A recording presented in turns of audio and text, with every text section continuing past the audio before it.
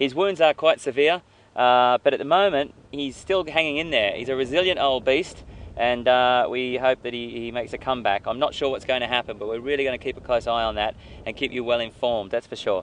VM is on the camera with me here today. He's my eyes in the sky as always, and has an incredible vantage point just there to sort of give me also stuff that I can't really see from down here, but great to have two sets of eyes on. We've got Alex and Will and another Alex back in the control room helping today, making sure that we flow as best as we possibly can. The temperature does play a little bit of havoc with us sometimes, particularly if we go down into dips. We might have a little crackle in the streaming, but please bear with us. We make sure that we try and get as best stream to you as we possibly can. There's something magical about getting in this vehicle every afternoon. Just brilliant. It really does. Yes, heart rate starts to rise when I hear the countdown that we're going live. It's really, really exciting stuff, guys. And thanks for all your questions and messages. I know that we've got a lot of questions, and I know that a lot of people try and get as many questions as they can to us. We can't get to all of them, but please understand that we will try and get around to asking them. And I really will make sure that we get fed the questions from the control room, and the guys give us as much as they can, particularly ones that are pertinent to what we're seeing at the time. But please understand, we really will try to, and we do our best to get as many questions out as we possibly can. Right, without further ado, there, but it's looked like that last night as well, and we didn't even hit us. We've got a few spots. The whole thunderstorm went way around the area we're in. So we may be lucky again this afternoon. If that does happen, we'll scoot to cover and we'll make a plan. Most important thing is you're with us. Brilliant, fantastic to have you on board. And this is what safaris are all about, sharing it with people. And particularly on Safari Live, it's about you and me and VM and the team bringing you everything we possibly can live from these two beautiful reserves in Sabi Sands.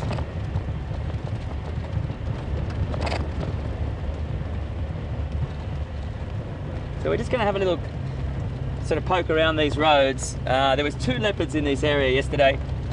Djuma, beautiful male, very, very special cat. I just love him. He's got a little bit of attitude, but he still allows us to come quite close to him, and he's relaxed, but he lets us know, particularly when he sees the camera lens for some reason. It's quite funny to watch, but he's completely fine. And then we've got Quarantine, the Quarantine male, who is also a special cat. My first leopard that I saw, and VM and I spotted him just sitting in a little what we call a drainage line, a little riverbed. It had a little bit of water in it, and he was just lying on the cool sand when we stopped and saw him on the first day, which was an absolute blessing for me and VM to see a leopard so close the first day. And then he gave us the most incredible encounter. He took off, and then we drove around and had a bit more of a look, and then we found him again walking down the road right towards us, and he walked right past the vehicle within touching distance away from the vehicle. He was magical. So superb leopard on these 2 reserves, and we're going to try and find as many predators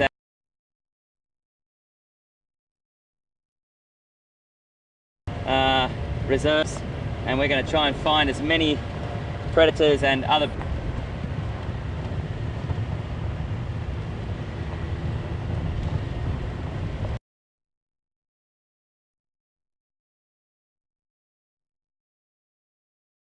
sort of colour in the sky there. It's a beautiful colour, and I think that's one of the beautiful things about this time of the year in Africa, these storms that brew up in the afternoon after these blistering hot days. The vegetation's asking for it, the animals are asking for it. We haven't had a severe downpour yet, but it's on its way.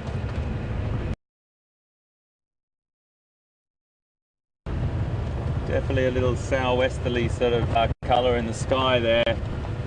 It's a beautiful colour, and I think that's one of the beautiful things about this time of the year in Africa, these storms that brew up in the afternoon after these blistering hot days.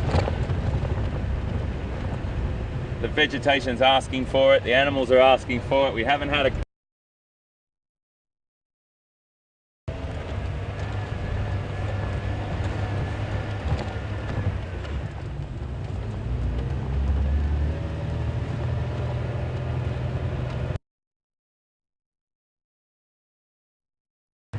that's just taken over the sun, so it will cool down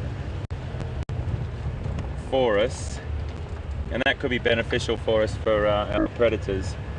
But I always say that, you know, there's so many exceptions to the rule. I've seen leopard hunting in broad daylight in the middle of the day, and that will just be dependent on food availability and several other things. If an opportunity arises, an animal walks onto a sleeping leopard or something like that, or lion, they will take the opportunity, and unless they've got very, very full bellies.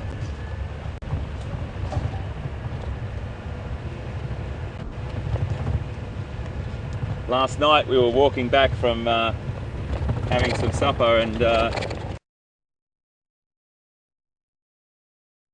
all of us were walking in a team. There was about 10 of us, and I had my torch on the ground, just having a look, always keeping an eye out for long, slender things with no legs. And sure enough, there was a Mozambican spitting cobra, probably about as wide as the dashboard, right in front of us. And one of the team, Will, yeah, he nearly had a little encounter with it and made a very good sidestep.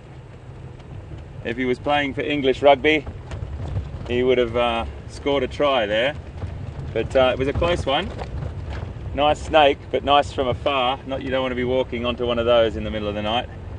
But Will owes me one. I've got a get out of jail free card with Will. If Will's listening right now, I know. And funny to laugh back on, but it was a bit of a heart starter.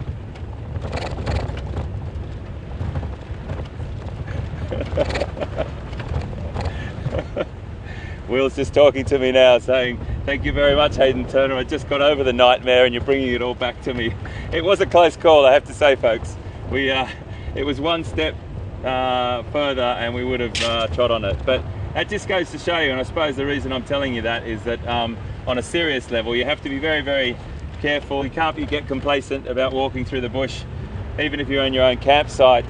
This time of the year, beautiful temperature for snakes, lovely and warm, and they'd be out hunting. Potential nocturnal hunters would be out looking around, and you know, you've really got to take care in many parts of the world, not just Africa. I was born in the country that everything bites down there. Yeah, so Australia's got its fair share. We grow up with a fairly serious snake awareness down there, and spider awareness, and octopus awareness, and stonefish awareness, and lots of other things. But you do have to take care in the bush.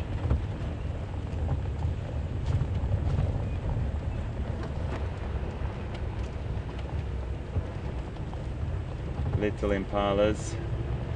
Just as we're going to stop and have a look at them again. I've got to stop stopping at them first thing, because we've seen a lot of impala, but I'm not giving them a cursory glance, I promise you. I just want to carry on and find a few things first, because we've got a lot of impala being born, and I want to show you. I saw one just earlier when I was driving down the road on the reserve, and I saw a little creche of about 20 youngsters all sitting together, huddled in a little shade spot under a tree. It was very, very beautiful to see all their mums grazing and all the little ones just sitting there, all facing the same direction. Lovely, lovely stuff.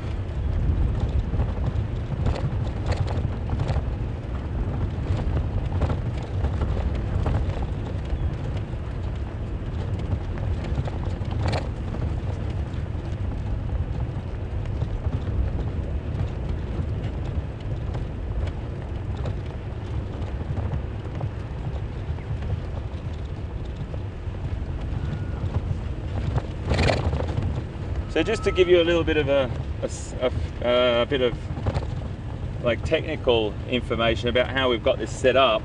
I've got an earpiece in that's got a feed coming from the control room, which tells me questions, any information I need to know about what Pete's up to, or if I've got to cross to him because he's found an animal or something like that. And I've also got another feed coming through the same earpiece, sorry, of the Game Drive channel, which is a series of guides that work on Arathusa and Djuma, and if they find anything as well, we all share those sightings. At the same time, I've got a monitor down here where I can see what VM's camera is doing.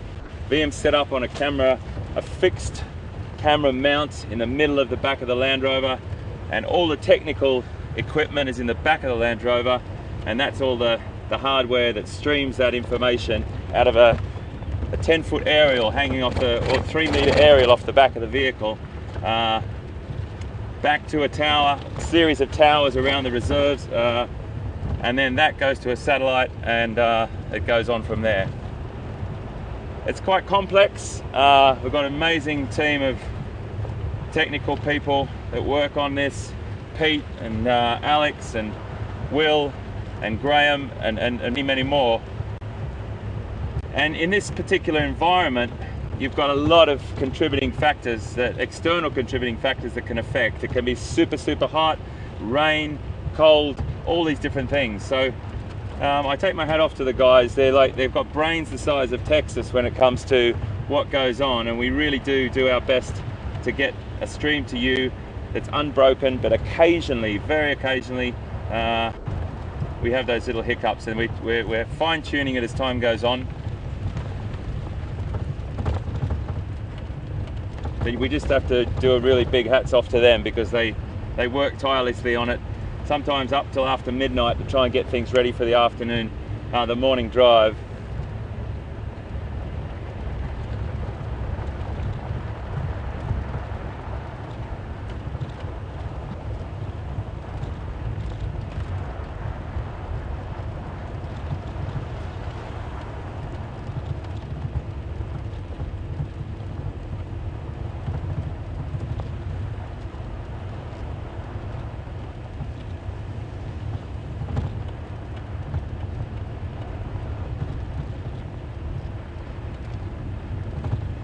It was really quiet this morning, and I think that's a really good thing that we saw that, because it just goes to show you that it's not always super action-packed. We've been really fortunate the last week or so.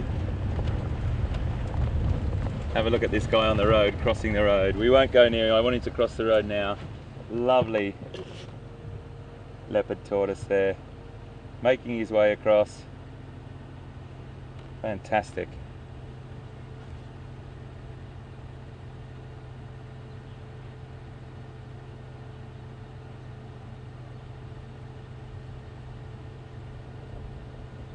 Beautiful creature. They get much bigger than that.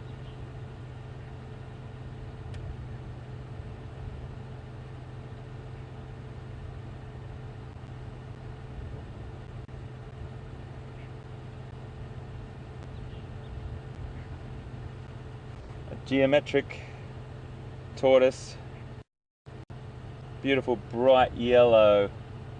I think I said leopard a second ago, sorry, I meant to say geometric. Beautiful, beautiful bright yellow and black sort of radiating markings coming out. I love them. They're super cool. You see them crossing the road, gotta be really careful of them. In this hot weather they're quite active.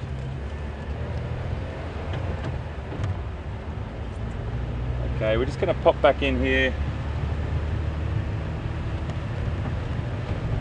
It's incredible how that weather has changed, folks, since we started like 15-16 minutes ago. The sun was blaring down, it was 37, it's definitely dropped. We've got a front coming in here. We're going to have to really take heed of that warning. I'm going to stay close to control, our final control center, just because if I do have to dash to cover, I will have to move quite quickly, and we'll have to have a bit of a chat undercover. Depending on how severe the rain, if it's just a sprinkle, we've got a little set up in the middle of our place called Quarantine, which is a grassy open area where we saw those two wildebeest born yesterday. I may be able to drive under that, but if it gets heavy, I'm going to have to scoot back on cover at our control center.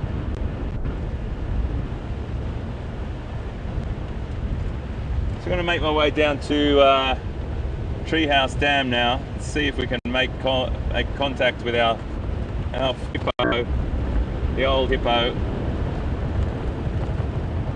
we never know who else we might see there. I do love that water point. It's a really nice place to sit, but I was sitting in the control room earlier today just watching the webcam, and there was an amazing array of animals that were coming down to WildEarthTV Dam.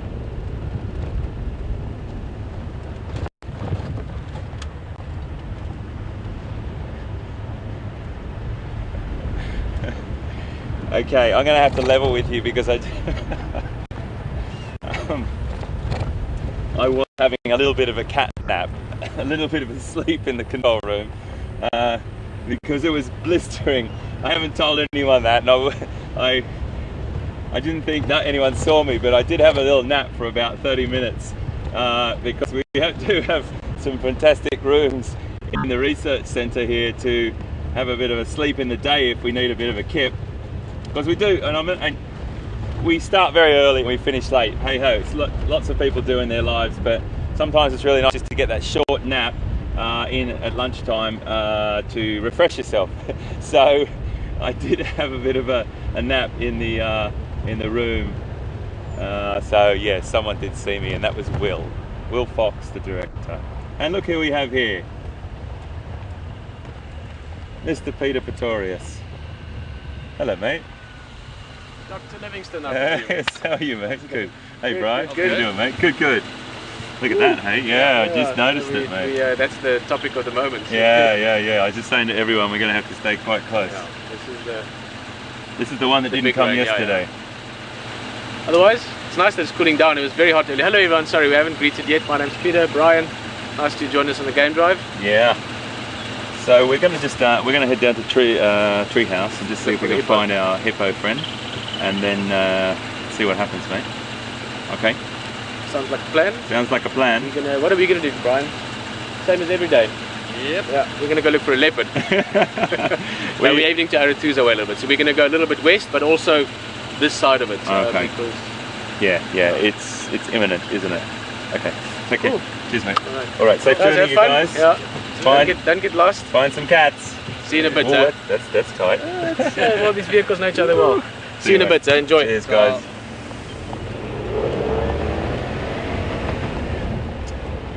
So, might just go down that road actually, it's a little bit shorter. I'm just watching that weather, folks. I really want to make sure that we get to Treehouse before we get any spots of rain. So, we'll cut through here onto Quarantine, then we'll cut down a little drop, a little dip to get there as quickly as we possibly can and just try and make contact with this hippo. So yes, I did have a little, I didn't think anyone saw me having a little sleep, but I was busted. We do start at 4 o'clock in the morning. You do feel like a bit of a milkman or a baker or all those wonderful people that do these early morning starts. But it's great, we love it. We love it. It's one of the most beautiful times of the day. I love the afternoons just as much as the morning. The thing about the morning is you're not fighting for light, in the sense that, you know, you're not worried about racing for the light because you lose the light in the evening, but at the same time the afternoon light is quite beautiful.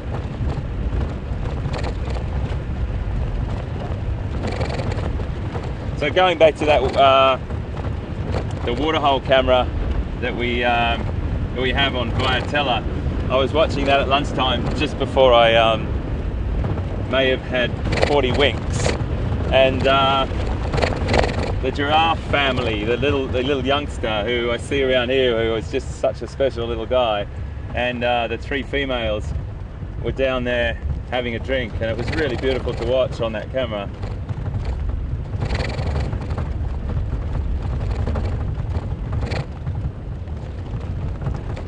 A little bit bumpy through here.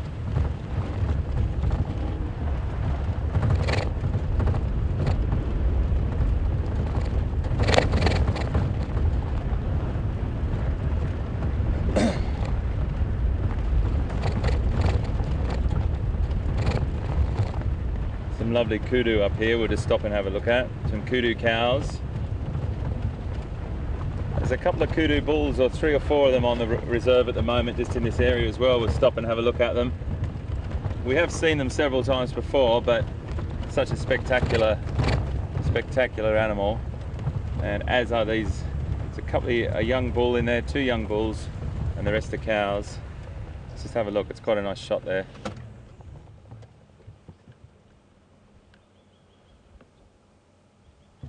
Beautiful. They just congregate in these loose sort of, maybe 1, 2, 3, 4, 5, 6 here, 7s to 8s, 9s. You do see them sometimes in bigger ones, up to about 12, and you might have a few bulls on the periphery, but they're beautiful to watch, and they're just such an elegant antelope again. Those side stripes, you see those little side stripes going down the side, those white stripes. Everyone's got individual stripe patterns, they're all different. But the reason why they are there is to break up that body shape in the shadows of the acacia woodland, or the woodland that they're in. Loads of, look at those oxpeckers on that one, there's so many of them. Sorry guys, it's a bit of an angle here I'm parked on, but there's a stack of oxpeckers on that. I'll just try and get up a bit closer. So many oxpeckers on that kudu.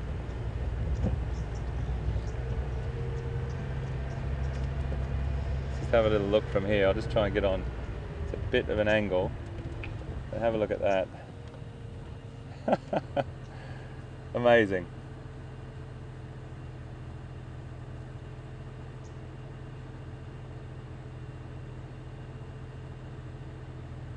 She's definitely getting the spa treatment. All the parasites removed, and definitely looking over that way at something. I don't know what. I'm just going to have a little peep up here and see what they're looking at.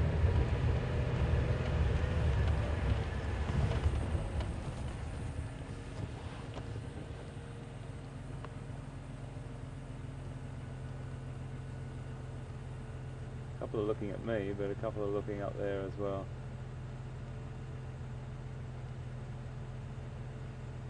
Interesting. I'm going to drive around here, Liam, just have a little look into that thicket just there. They're really paying attention to that thicket, and even though we've driven up here, she hasn't taken her eyes off that.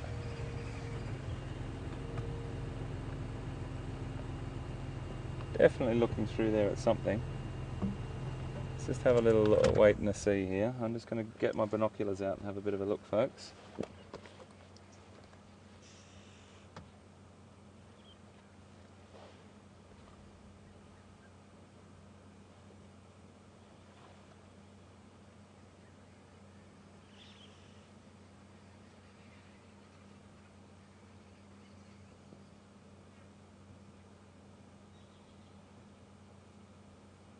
She is definitely looking at something down there. Let's just stay here for a second.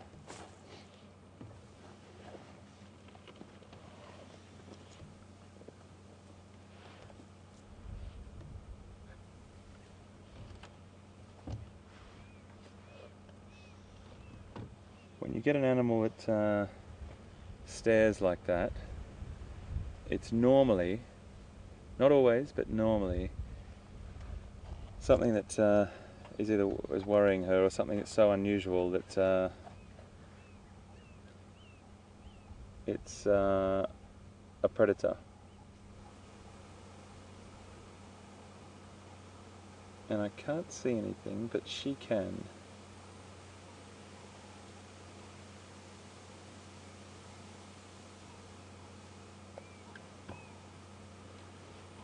The others don't seem too perturbed, so maybe we'll move on. Yeah, no, she's okay.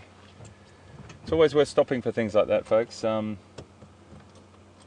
Just to have a look, because these animals are 10 steps ahead of us. Their life depends on it. And we look at those signs and we look at those different little indicators and try and put the puzzle together. And if we hear an alarm call or vocalization, which all the antelope do, some have a high-pitched squeal, some have a snort, and if we hear them, we'll definitely point that out to you. It's quite a wonderful sound to hear.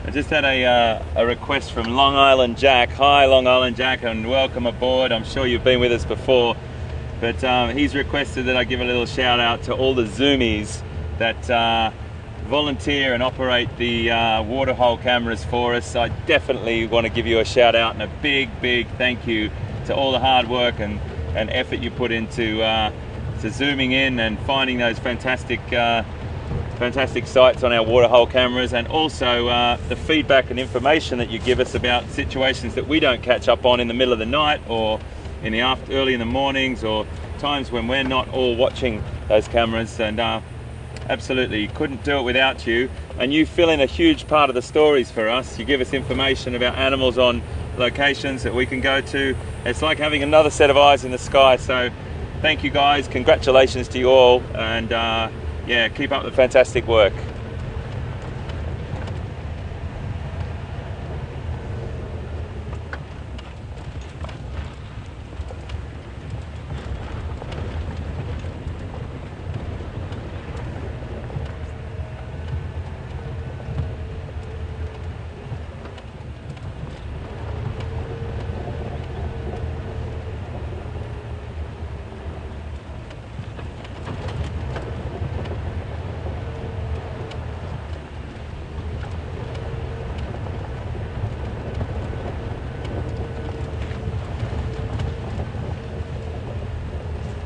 Funny, when you find a leopard, you always look in the spot that you found it, and that's where we found Quarantine one day. The first day that I was here, and VM and I came down right this position where we were, and Quarantine, the young male leopard, the son of Karula, was lying there looking at us, laid there for about another minute, got up, moved a little bit closer to the water, laid there for a bit longer, and then just walked off into the bush. It was fantastic. But yeah, always look at those spots that you saw them in, because they do frequent the same places, and they have they might enjoy that spot. There's no water there at the moment.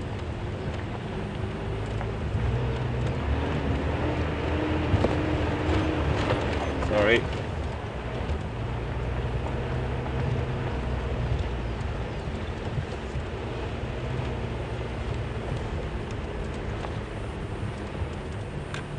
Lovely Nyala bulls just up here.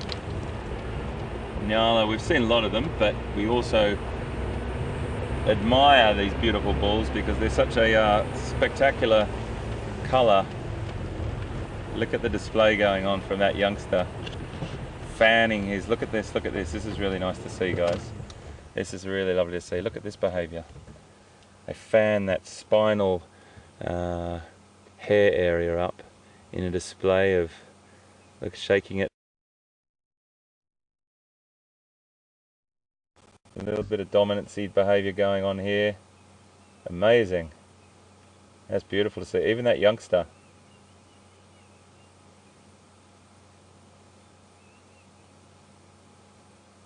Now, there's nothing really in it. That youngster would never. He might just want a little bit of a spar with the older one. And there's nothing really too serious in that, but it's a really great thing to see, that display. They might just lock a few horns here. The little youngsters are quite keen. Aren't they spectacular?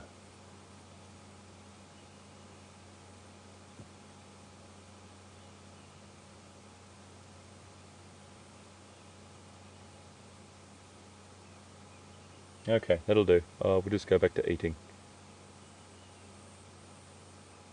Beautiful little display there. Just goes to show that, you know, when you do see them and they haven't got that all that hair erect, they still look fantastic, but with that erect hair down the spinal column and that tail flared out like that, that's a really fantastic display of dominancy or sparring. And they would do that when they would spar and try and compete for a small herd. They only hang out in small groups as well, like the kudu, even less numbers, but beautiful antelope. Nyala, that's spelled N-Y-A-L-A, Nyala. We've got a lovely herd of impala just at the back here. Still a few pregnant females that haven't dropped yet, dropped their lambs. Still see several that haven't given birth yet, so we'll still have some fresh little feet, little hooves on the ground soon.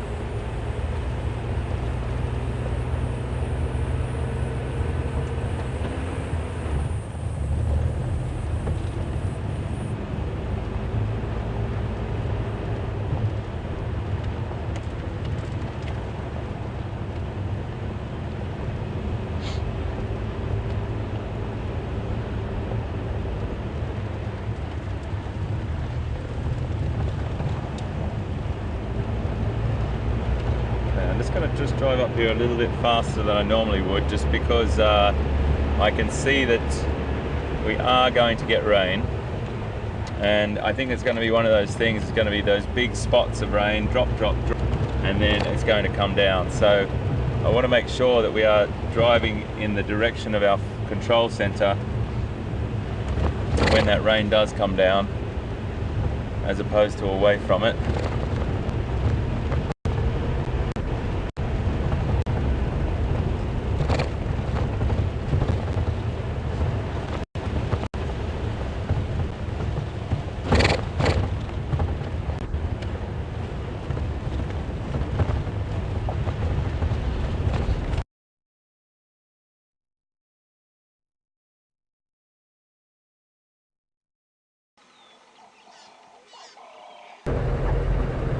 Oh, okay. Good afternoon, everyone, and welcome here on the Jigga. We in the western side now, and actually, strangely enough, the weather seems to be holding back a little bit. It was looking very threatening, still is, but it just seems to be holding back just a touch. It's cooled down slightly, which is lovely for the driving experience. It was very hot earlier, and I saw you briefly with Hayden on the vehicle on the way through, but just in case it was a bit quick and a bit fast. My name's Peter Pretorius. We've got Brian behind the camera. As always, nice to have you with us here in South Africa and Sabi Sands. And we're just going to take a little drive around. There's nothing specific. I'm hoping maybe for some elephant, and obviously keeping an eye on this. But for the moment, it actually seems half an hour ago I would have said, you know, I was very worried, but now it's looking all right. So let's enjoy the drive. Let's see what we can find. Also remember, if you want to ask some questions or take part in the drive in that kind of way, you can email us to questions@wildearth.tv, or you can tweet to #SafariLive, and we can answer your questions, or if you have some comments, anything like that.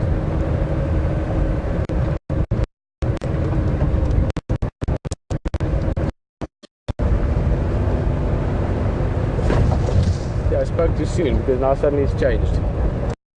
It suddenly felt like it got darker. It suddenly felt like it got darker with the clouds.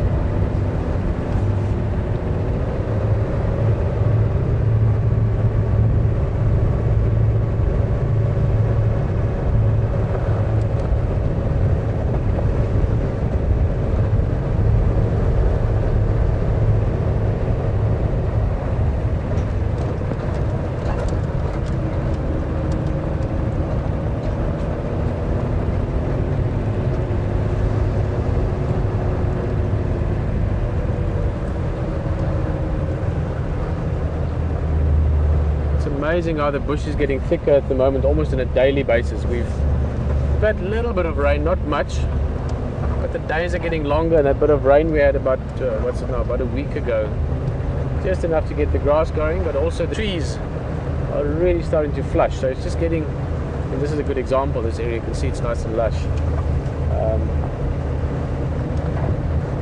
Which for the next couple of 2-3 weeks is still alright. Here by mid-January, February, when it really is midsummer, then the bush can become quite thick, quite lush. It's beautiful, but not as easy to find animals, because even a leopard or a lion or even an elephant at 10-20 yards away from the road can be a little bit tricky to spot.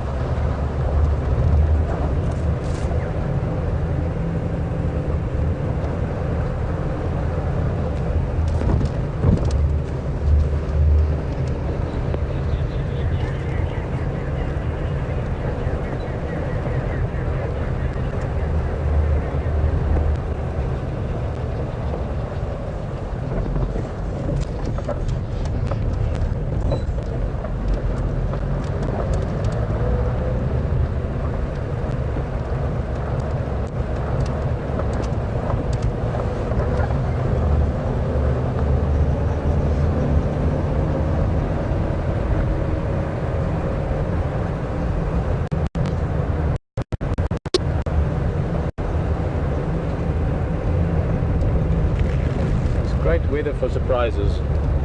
Whenever it's been, the last few days it's been pretty hot. I mean, not, well, you could say ridiculously hot. It was 38, 39 today at one stage. So when it's been, then the things move around. Yeah, things move around. None of the animals like being that hot, same as us. Does take your energy a little bit. So you suddenly got a drop in the temperature and effectively a nice thick sort of shade from the clouds. Then things move around a little bit more. Things that might not normally be moving around this time of day could be moving around, like some of your cats. Also just other sort of things that you don't typically expect to see: pangolin or civets, jackals, porcupines, badgers, and all that kind of stuff. It's all things that you don't typically see because they're so shy and so nocturnal. But with a little bit of luck, especially this kind of weather, you can sometimes find those odd creatures that you might not see more than a handful of times in your lifetime, even if you're doing this on a daily basis.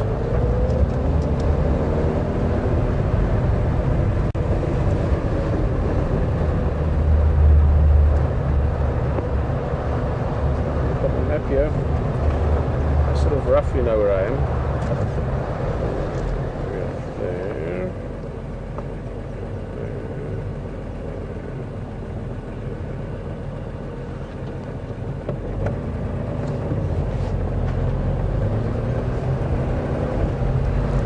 Okay, great.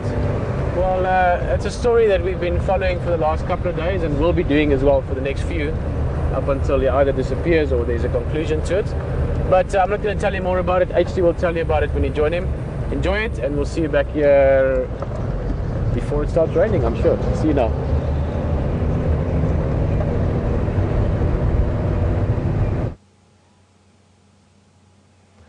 Well, folks, we've just come down to Treehouse Dam, and sure enough, he's here, and he's still alive, which is incredible. Now, just going to show you, it looks like he's not alive, but he is. When we came down here, he had his head up. He's just rolling himself underwater a little bit. He'll bring his head up now.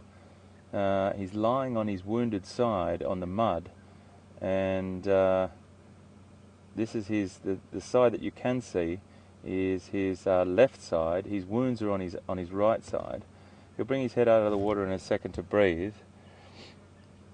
But maybe he's lying on this side to keep, there he is, to keep the oxpeckers off his wound. The old boy is hanging in there. It's incredible. And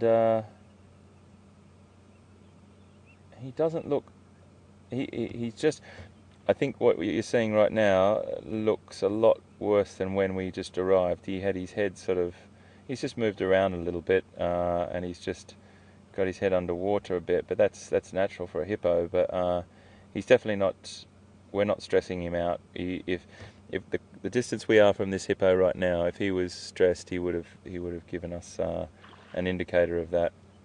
But he is still hanging in there. So I do not know where he goes during the day. That is the question on my lips. I don't know whether he goes off into the vegetation, but I doubt it very much because it's just so hot today. It's a long way for him to travel to the next waterhole, and we've been down to that waterhole several times. He hasn't been there, so it's a bit of a mystery where he does end up. But he comes back here in the afternoon, and sure enough, he's still hanging in there. I just want to reassure you, he was a bit more sort of not lively, but he looked a little bit more alert when we arrived, and he's just rolled over onto his side like that. So he's still there, and he had his eyes open, looking at us, and his ears flicking.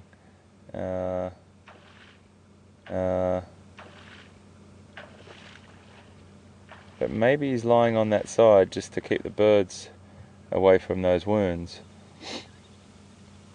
As I've mentioned before, these wounds are very, very serious, and I know this story is going on, and it's an interesting story because we thought that he wasn't going to last the first day after that battle. But animals are incredibly resilient, but when it comes to very, very serious wounds that can be fatal, obviously their time is up. That being said, the healing power of hippos is quite incredible.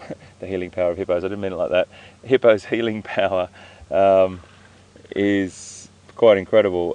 They do get these battle scars, and being in the water, they do have a great ability for the epidermis or the skin area to granulate and heal over. And I've seen it in captive animals that I've worked with, where they might have had a scuffle with each other, and we've been able to keep a very, very close eye on those wounds. Majority of the time in captivity, we wouldn't actually administer anything to them because those wounds, those sort of superficial wounds, heal quite well. But these ones are quite serious. But who knows? Who knows? He might live to graze another day. It's incredible, absolutely incredible. Well, I think we might leave him be and just let him be in peace, and head down to Twin Dams and have a look at Twin Dams. But we know he's alive, and we'll keep you well informed about this. I don't want to come down too many times. I just try and come down twice a day just to see if he's still okay and what the situation is. But he's got a nice big pool of water here. There's no other hippopotamus that are in the vicinity, or I don't think would be coming across this way. He has no problems there, but let's just hope he can pull through this. But they are very, very serious wounds on his left side, of which we've seen a few days before. Okay, well, good to see him.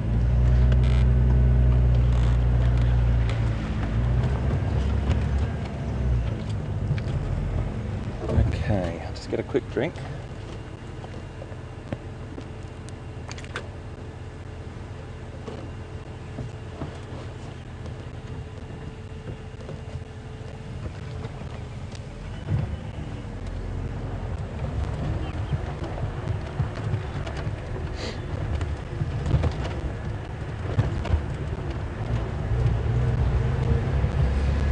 We have a question from Diane on email, and Diane, hi there. Hope you're well, and thanks for joining us. Really, really lovely to have you on board. Diane wants to know whether we see the animals less when the weather's coming in like this. Well, I don't know, Diane. It's a funny old thing, weather. I think I have a tendency to believe that I see animals less when it's really windy. I think the animals go into the much more vegetated areas. My theory behind that, it's just a theory, is that their senses are become less accurate, with like their sense of hearing and their sense of smell, because of the wind passing past them, and also the scent is swirling around of predators. So I find that and it's just a theory, but it's definitely a windy day, they have a tendency to go into more vegetated areas. When it's rain, it's funny, different species react differently to rain. I've seen elephants in full thunderstorm, beautiful thunderstorm, and I've been sitting in a vehicle at a water point, and on the edge of that sort of dam wall was a really slippery mud area, and I've seen elephants rolling around in the mud, sliding around, having the best old time in the rain, full on rain, beautiful summer storm, and absolutely beautiful to watch. But then I've seen lions sitting off in the vegetation, also in that storm, and you know, the so-called going down on them and them looking rather miserable in there. And then we see leopard hunting in the rain, and it just really depends. They've been putting it up with it for millennia, you know. They've been putting it up for more, you know, many moons, so they cope with it. But I think it doesn't affect, I mean, birds will normally take shelter, that's for sure. Maybe some of the animals that have either a burrow to go into may rest in there, but it really does depend on the species, Diana. And I think the interesting thing is a couple of nice kudu bulls, only youngsters, but still starting to get that spiral in their horns. Beautiful.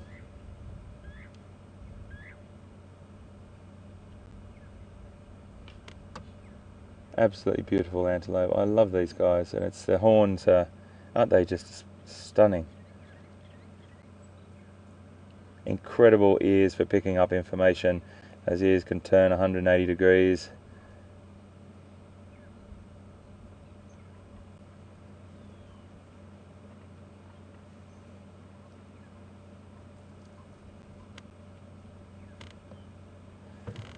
So to fully answer your question, or finish off your question, Diana, I think every animal species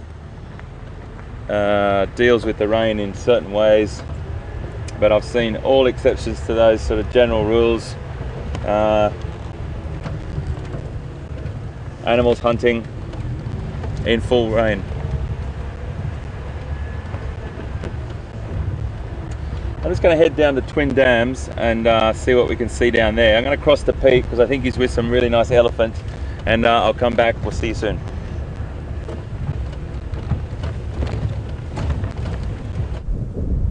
Yeah, I'm on you as well. Well, dramatic afternoon still with the weather, but look at what we found. Also big and grey, just like the clouds. And I'm just having a look. We literally just found him a few seconds ago. And I would want to see him when he turns. I've got a feeling this is Raffi.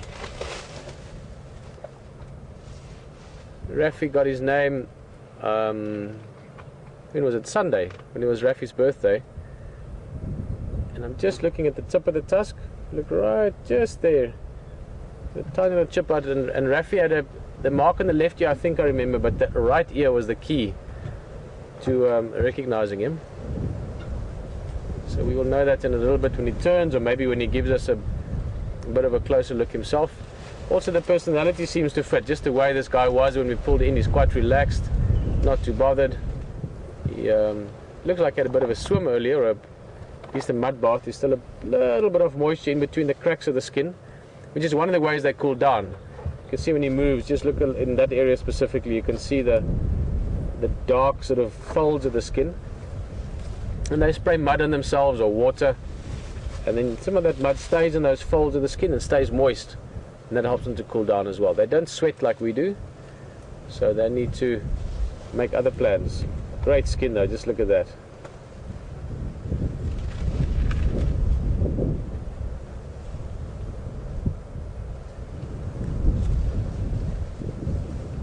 I think it's Raffi. One of the things that Jason mentioned, who was on camera that day, was that Raffi doesn't have a lot of hair on his tail, and this one doesn't have much hair.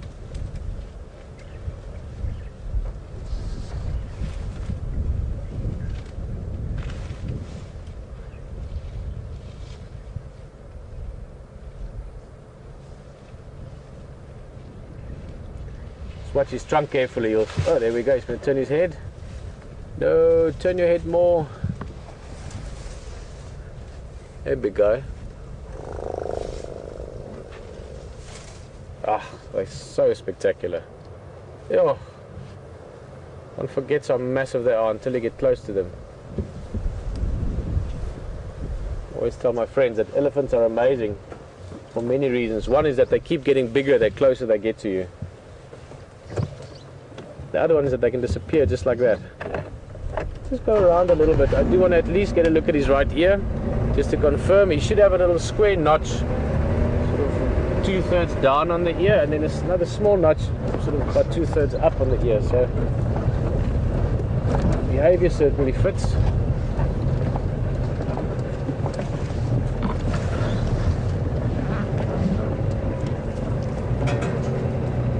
Yep, that's him. That is Raffi the elephant. Awesome. It's always nice to see an elephant that you have seen a few times before, and I really hope this guy sticks around for the next few weeks. He's one of the bulls that I've recognized now that has a really nice way about him. His personality, his character, if you want, the way he handles himself. He's very comfortable, very relaxed around vehicles, even a bit curious sometimes, and he's also quite a big guy. Here in the early 30s somewhere.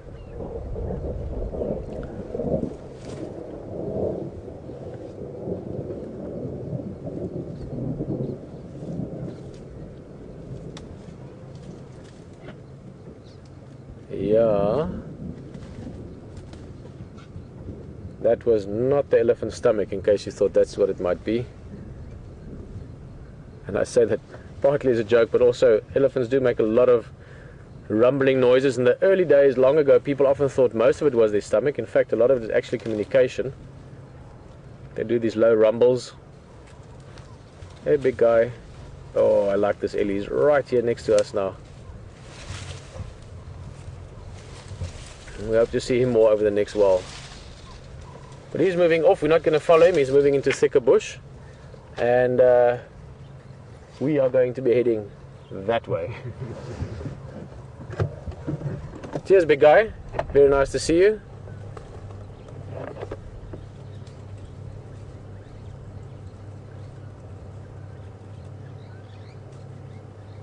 Amazing. That's the buffalo thorn, the bush I'm always warning Brian or whoever is sitting in the back, always warning them about it. It's a sneaky little bush. It can bite. It's got lots of thorns on it, but for the elephant, it's just another tasty snack.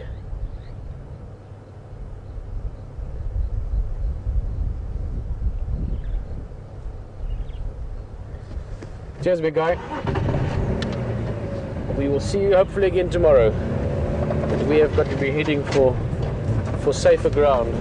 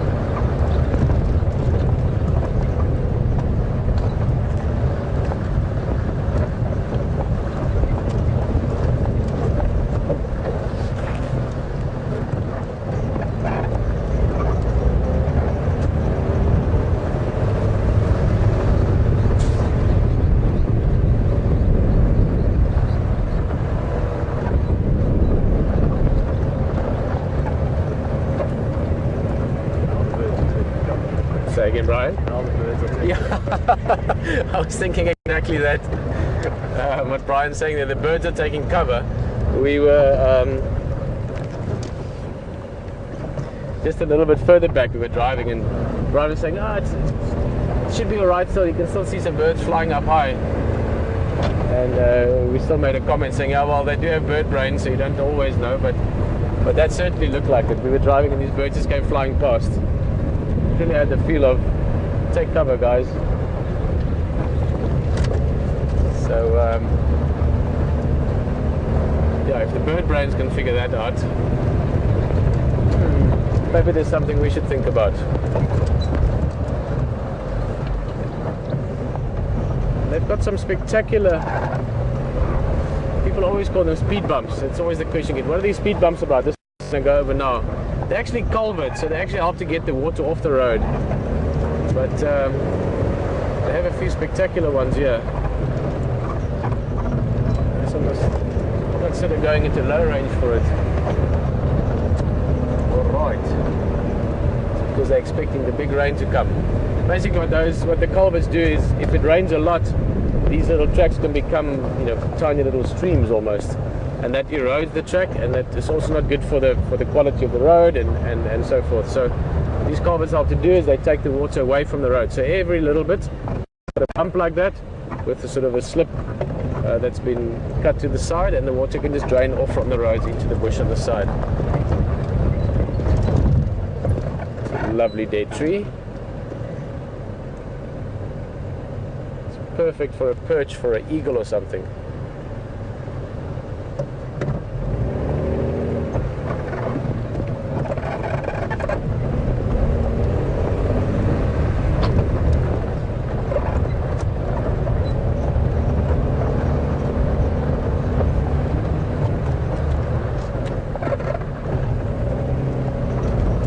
You estimated at 5:30 for the rain, huh, Brian? You might not be far off.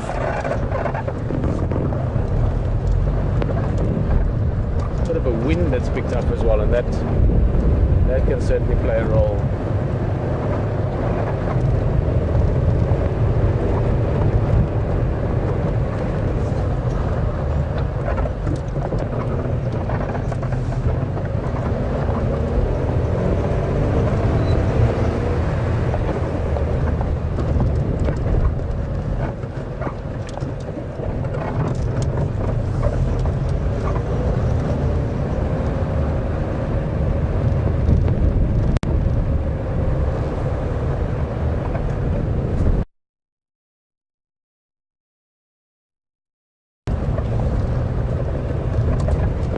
Well, a question from Alexander in London. Hello, how's it going? Welcome on safari with all of us. Alexander is just asking, or saying firstly, that the elephants look so relaxed in our presence or when I approach them. Well, largely because they are very used to vehicles. In this area, I've mentioned many times before, it's one of the greatest wildlife viewing areas in the world perhaps, because animals are habituated to vehicles on a daily basis almost, and have been doing so for many generations. So in terms of game viewing, and certainly in terms of your big cats, this is as good as the best in the world for that. With elephant, like the guy we're just looking at, Rafi back there, he's a particularly nice character. I quite like him. Elephants especially, you can get to know them, the same as other animals, but more so even with elephant. You get different kind of feelings from different elephant. But Alexander was just asking what would happen if I was to approach him on foot. Well, firstly, very different. These guys are very used to vehicles, and they don't perceive vehicles as any threat whatsoever. But on foot, they still react to the human shape, which is a form that most animals, believe it or not, are instinctively afraid of, or at least wary of. So most animals will avoid humans. If they can, they'll avoid them altogether, or they will run away. Now, again, having said that, in this area, in Sabi Sands, animals do see people on foot fairly often. Even the cats, with the tracker teams, will sometimes track them until they get a visual and then bring the vehicles in. So even the habituation levels on foot is fairly good, or fairly well developed. And I mean, you wouldn't go, that elephant we stopped, I don't know, 2 meters, 2 yards, 6-7 feet from it, or that's where he stood when he walked past. He wouldn't do that on foot. On foot he would be either running away as you approach, or he might give you a mock charge, which is a pretty intimidating thing from anything. Any animal running at you full tilt is intimidating. Or worst case scenario, they might attack you, but typically that's not what will happen. It's the same. We discussed it a couple of days ago. We had a question, and we talked about the different zones around animals. So if you have an animal standing here in the middle, then you've got different areas around him, and that can vary slightly. It's not a fixed distance. It's more to do with the habitat and the mood the animal is in. Maybe is it stressed, is it not stressed, and so on. And the first big zone around it would be the comfort zone. So this would be, let's say this is the animal, and this whole area out here would be a comfort zone where it might know you there, but it doesn't mind, it doesn't care.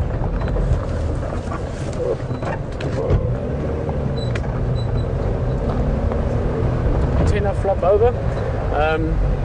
So that's the first. The second would be where they become aware of you, and it's typically seen as the warning zone. So they start giving an idea. Listen, I'm aware of it. An elephant, that would typically be high head posture. They lift their head up, ears will come up a little bit, and they might turn towards you. The ears open like that. And then when you go inside that last zone, you get that sort of fight or flight, where the animal most likely will run away, or alternatively will give you a clear indication that I want you to leave me alone. Whoa! I don't know if you saw that one. That was a big one. That cut the sky in half there for about half a second. That was a big lightning strike all the way down to the ground. Which is why we are heading towards camp. So animals on foot and animals in a vehicle is quite different.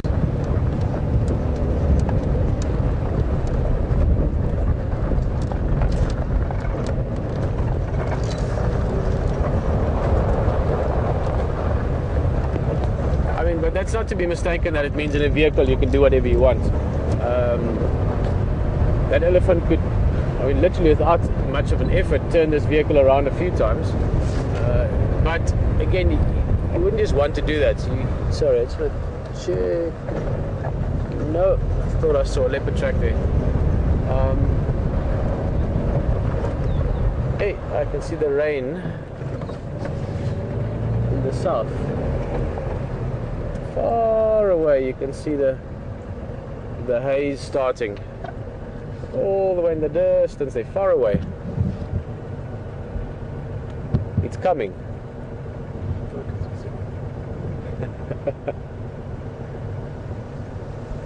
There you can see it. So we will try to keep that at our backs.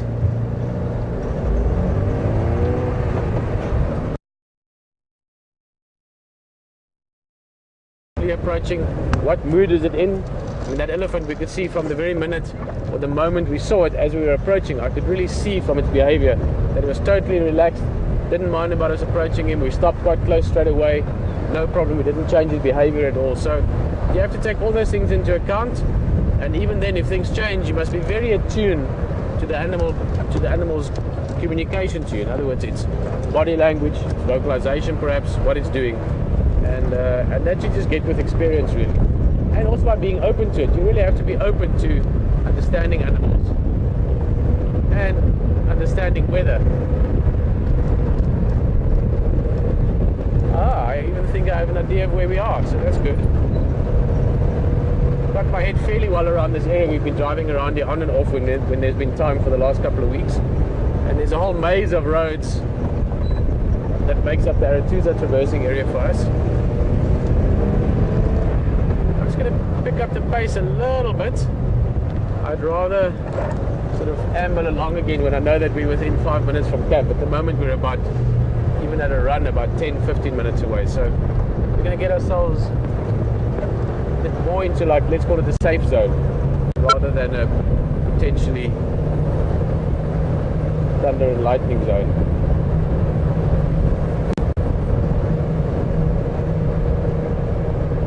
Love this though, it's really beautiful. It's always always very exciting when the rain's coming. I love rain. I grew up in a country that's, well, in some parts it's very similar to this. Whoa! Hello! Yes, we are going that way. Whoa! Sorry, that was, I mean, I can feel that now. That broke inside me. That was amazing. Yo, I love that.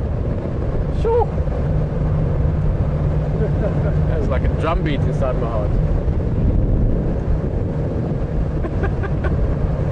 Sorry, I get very, I find this really exhilarating. Weather like this for me, it's awesome. But I was saying, I come from a country which is mainly drier than this. Namibia used to be called Southwest Africa, so it's the next country from South Africa on the west coast, the next country up the coast. Namibia, it's an amazing place. But a lot of it is drier than this, even down to, you know, hardcore deserts where it never rains. You know, it rains maybe once every 10 years. But the majority of the country is sort of savanna and arid savanna.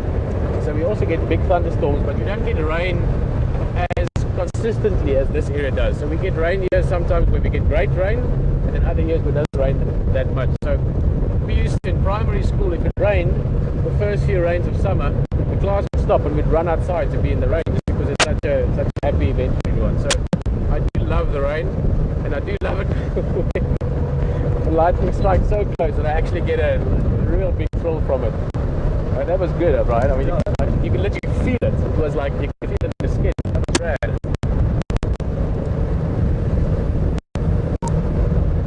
Felt a bit like the tempest there for a second.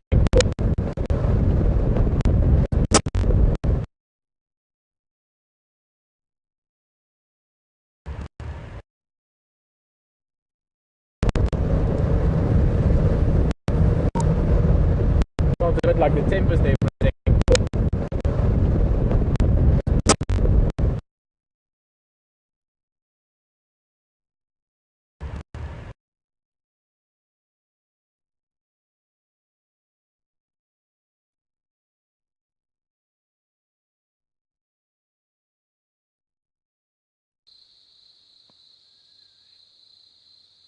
Come face to face with lions.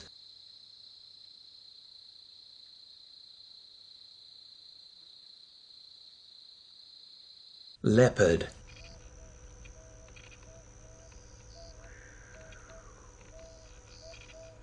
It's definitely on its way. We've had some big thunderclaps.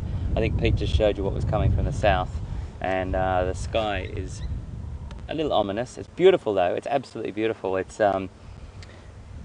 just a gorgeous grey colour, and it is another sort of side of Africa that, you know, I think is just spectacular when these summer thunderstorms roll in and drench this thirsty ground with rain, that's for sure. But at the same time, we have to think of our technology, and we are a little driving fortress of technology, and I need to get Zanelli and all her gear and my wonderful cameraman VM under shelter. It's also not advisable to have a 10-foot 3-metre piece of steel sticking out of the back of your vehicle in a lightning storm. Probably advisable we just get under cover, I think. So we'll do a little turnaround and then just venture back up and get ourselves set up for a bit of a chat under cover, and I think it's probably wise that we do that. Okay, copy that.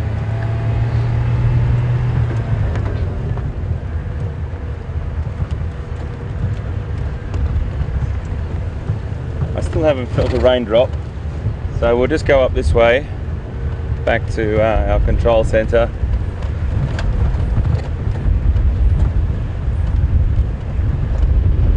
Definitely picked up that wind, and you can smell the rain as well. You can smell that beautiful smell of that thunderstorm coming this way.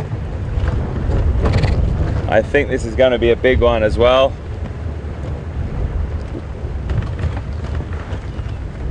So the ground will get a good soaking tonight.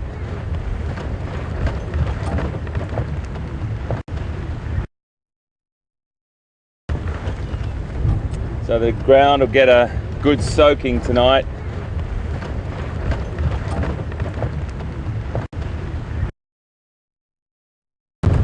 And the wind is very, very cool. There's lightning. Have a listen to this one.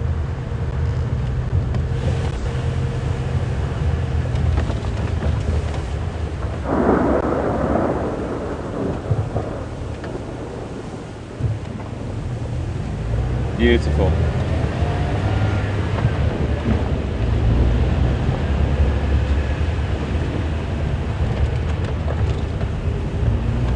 Copy, mate, we're on quarantine.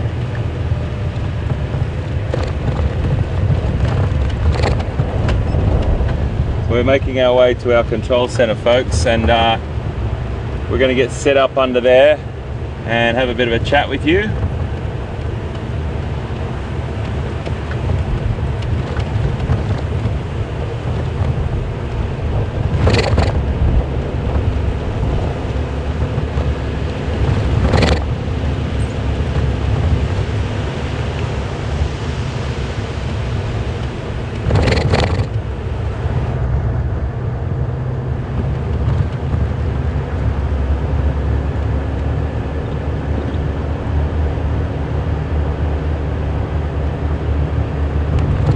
In 5, 4, 3, 2, 1. Well, guys, let's get that first. Welcome to what's now been called the Little House on the Prairie. It's our little rain shelter. It's the early prototype. We are still working on it. It's got a few things. I'll walk you around it just now. But we just pulled in here. We do have to cover up a little bit more before we're ready for the rain. But the plan is that for today, and certainly over the next week or two, we will get this to a point where if it rains, we can come here, we can hide from the rain, we can answer some questions, we can still look around. We're up in a beautiful area here if you look towards the sort of, what would that be, south and southeast. So I've got to just pull a few strings tight and make a few things better. Brian can show you the view as we go around. And yeah, this is a place that I think hopefully we won't be spending too much time in, because it means it's raining, we can't look for things. But when we do spend time here, it should be nice. We've got a little fireplace that we're going to make ready as well over the next few days. So welcome to the bush shelter. Yeah, I'm going to just tweak one or two little pieces of rope. Let me just pull this out. I don't need it for now. All right, and let's hope it holds.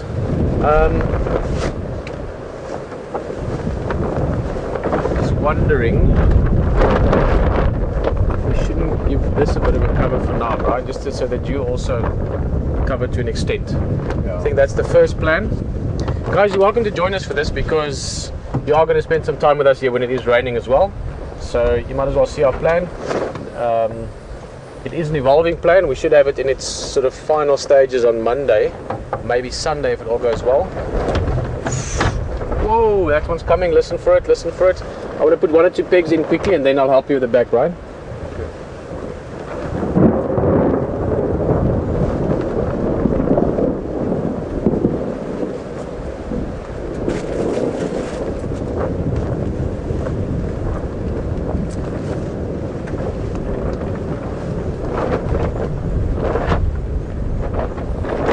Beautiful view.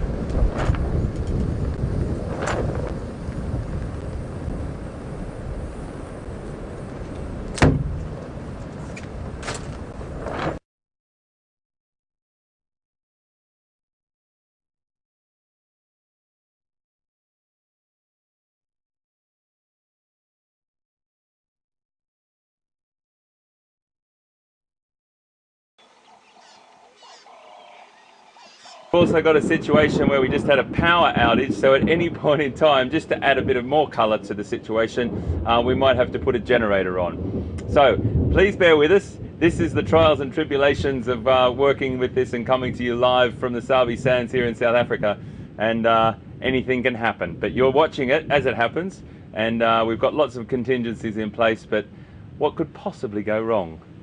So welcome back. A power cut. We've just had a power cut. Still live, still live. We've just had a power cut, and I'm not sure whether I'm still talking to you properly or you're hearing me. We're just about to start the generator. Alex has just run around.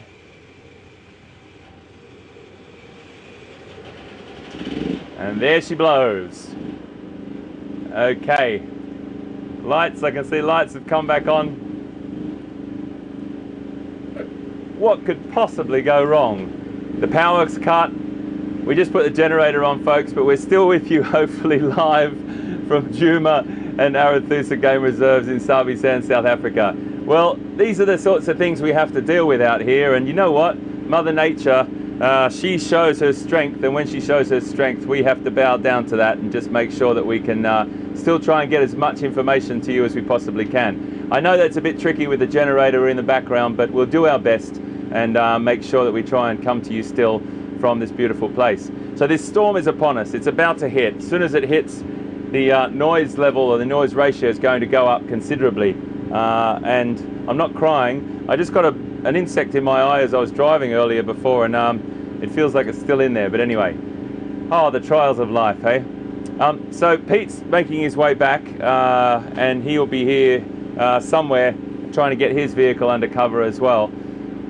I think one of the fantastic things about this coming to you live is that you see the rawness of it. When we see a lot of documentaries on television, which are absolutely beautiful in their final product, we don't see how the trials and tribulations that the camera crews and the presenters and all the crew, all the teams, all the technical people go through. I think in this day and age it's becoming more popular to see that, and at the end of some documentaries we've got a little 5-minute piece about how things were made, a shot, how it was attained, and I think that's becoming much more popular. So I really do love it when you see the whole rawness and the whole honesty of what we do here. It's really important. I'm just getting a message, I can't really see it. It says, Pete, I can't see it, sorry mate.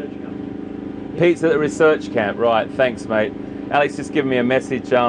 Pete's gone down to the research camp to get his vehicle all tied up, because we only have space enough here for one vehicle to come in. But he'll be getting Jigger all covered up with tarpaulins and everything, ready for this big storm. Now, we've predicted that this is going to come. If it doesn't come, all the better. But we just had to preempt it, because, as I said, these vehicles are incredibly important. And if we don't have these vehicles in tip-top condition, we can't stream live to you. So back to that little bit of the rawness and the honesty. I think that's a really great thing that we share that with you. And I come from a background of when we did documentaries, we were like, oh, don't let them see the camera shadow or the boom or anything like that. And that's fair call, because these are really sort of polished, finished documentaries that are made back in the country that in the edit suite. If the shooting and the acquisition of that content is an incredible big trial, and loads of different fantastic people work on a production, from a producer, director, excuse me, camera person, sound recordist, presenters, sometimes not presenters, lots of different people, lots of different technical people, and also people that are maybe just a fixer or a coordinator in country. Please excuse me just while I get a sip of water. And then that would be taken back to the country and edited and made into a beautiful documentary, and that's still a fantastic thing. I think there's space in television now, and particularly with online, for things like this, the reality type of style of things, to give you a little bit of a taste of what we all go through. And I think what I wanted to do tonight was share a bit of that sort of thing with you, and sort of tell you how it all came together. I hadn't met Pete before this production, which is quite a astounding thing to think how close we've become and how good mates we've become so quickly. We've both got very similar. There you go, that was a good one. Very good, similar philosophies about wildlife. Family is really important to us. We've both got great families, and sorry I couldn't hear that. Viam, what was that? A young man called Jack. Saying, hi Dad, glad you got out of the age. That's from Jack's surname, London. Oh, isn't that fantastic? Wow. Oh man, that's great stuff to hear. That's my boy. Wow. That's beautiful. Goodness me. Yeah, that was a message from my son to say, glad you got out of the rain, Dad. Wow. Quite special. That's what's so special about this. I feel like I've got my boy here, my wife here, my friends here, all of you here with us. And Pete and I just love that. The whole team find that the most special essence or quality about this Safari Live. I've got guinea fowl going on over there, a generator going on there, the rain's just about to come down. Life is brilliant when it comes to understanding the spontaneity of what you can do out here. And wow, that's a very special wet message to my boy. Hello, my boy. And Daddy's going to be home soon, mate. So yeah, we'll have a big chat and I'll show you loads of photos about what we've seen, but you've probably seen loads of it too, my boy. And hello to my beautiful wife as well, Nina. Wow, that's a great message. Yeah, so when Pete and I, sorry, just it's a nice thing to hear from your family, and I wasn't expecting that. So it's a beautiful thing. It's not a tear. That's just I rubbed a bit of chili in my eye from the lunch today. Okay, a little bit of man chili in my eye there. Didn't have chili. Control's just saying we didn't have chili at lunchtime today, but it might have been a bit of onion that I had rubbed in my eye just then. You know, you get that. Men get that. As you get older, you get that. So back to the point, Pete and I, when we first met, it was a pretty incredible thing that you know, you get thrown in this together, and you're not sure whether you're going to get on with the person or you're not. And luckily we're like, we're like that. We're really good mates already, and it's only 3 weeks, so I think I've got a new mate for life there, and we're definitely going to hang out and try and do more of this in the future. I just want to tell you a little bit about what's going on also with the smells. I always like to tell you about the smells that that are around, and there's this beautiful smell of African grass coming through at the moment with the rain just about to hit the grass that's on the ground.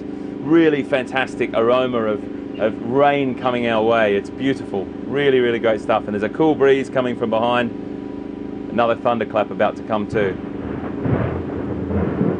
They're getting closer, and we're going to be rained upon any second. But so great to be with Pete. And then there's a rest of the team that I don't want to, it's always, sometimes it's all about the guys that are on camera, and I think that's a bit wrong, because we wouldn't be able to do this without all the guys behind the scenes. And the guys behind the scenes are VM and Brian on camera, which you've met several times, and they're just two great guys as well that, again, lucky we get on so well, and they're just, there's a sort of a great group of four that work on this. And then Alex has been so helpful as well. He's a huge member of that, but he also has a double role there. He will do a drive for us, and he'll also do a fantastic job directing in there, and he's getting up to speed on that, and he did a fine job this morning. Captain Will Fox, known also as Broadsword on the radio, he is doing an amazing job in there directing this whole operational thing. Then we've got Graham right there at the helm steering the ship for us, and passionate about this project, and has been passionate ever since its inception. I think 13 to 16 years ago or something he started this, and the passion oozes from every pore about Wild Earth and this whole Safari Live. And then we've got Alex in there, a brain the size of Texas, as I said before, about technicals, works with Pete and gets all this really high-tech stuff that is just so over our heads when it comes to signals and radio frequencies and transmission and all that sort of stuff, and much more. A wonderful guy. Then we've got two wonderful editors back in main camp, Ashley and Tom. They do an incredible job for us that are putting together loads and loads of footage as well that we've shot. And you know what? It's just an incredible team. And there's another guy, Jason, who's been on camera as well, who's been brilliant. And we can't forget Rafi. Rafi is just an incredible guy who is leaving us this weekend. But an incredible team behind the scenes, which, get Pete and I out there every day. And if it wasn't for them, we wouldn't be driving around. So I just have to give a big sort of applause to those guys, because Will's just saying now, okay, slow down, mate. I want to ask a question. Give me a question, Will. Yeah, Julie is in Sheffield in England. She would like to know, are you worried about the light? Am I worried about? The lightening. Julie in Sheffield. Hi, Julie. Lovely to have you with us. Am I worried about the lightning? No, I'm not worried about the lightning. If I was standing out there with the aerial in my hands, I might be, but we are under a corrugated iron roof. We do have a lightning pole somewhere here, but hopefully we'll be all right. and hopefully it won't happen live, Julie. Sorry, I couldn't hear that, mate. Will just said, what could possibly go wrong? That's just one of those little sayings that we have within the team. When we were into a really complex situation trying to get something happening, and one of the vehicles might have a little glitch or a transmission situation or something, and it's so technical and it's so much work for everyone's brains, Will normally says at the end of it, what could possibly go wrong? So it's our little catchphrase. And you know what? It does go wrong sometimes, and that shows that we're human as well, and it shows that we, you know, nothing's perfect, but we do our best, and we really hope that that you see that. I know you do, because all the emails and the tweets that we get, we've got fantastic support from you guys. It's not perfect all the time, and sometimes like this, it's out of our hands.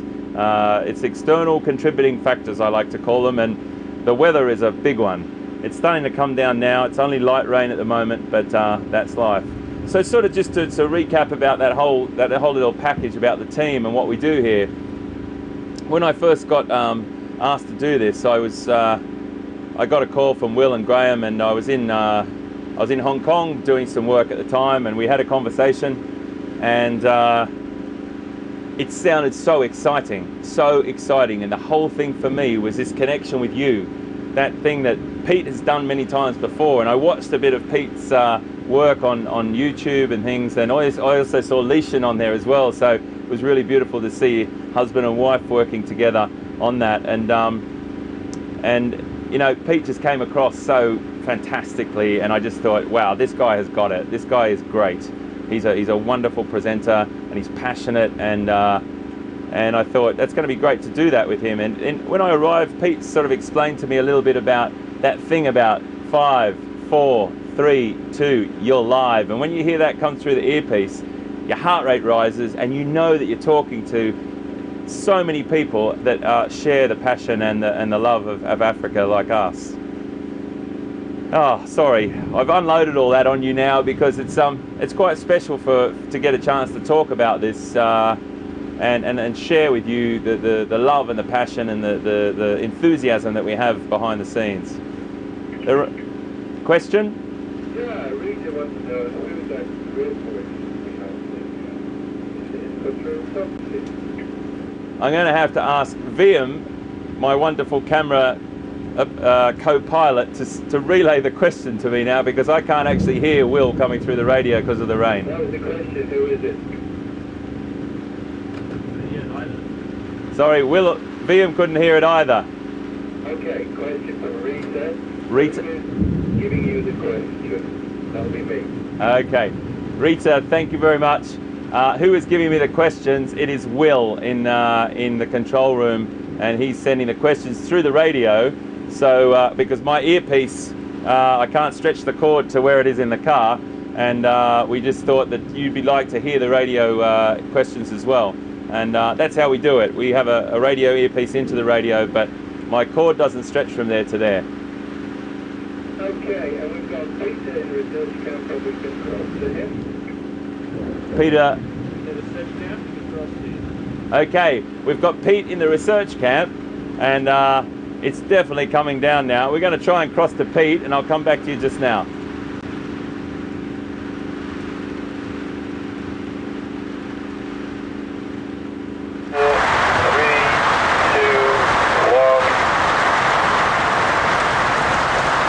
Well, hello everyone.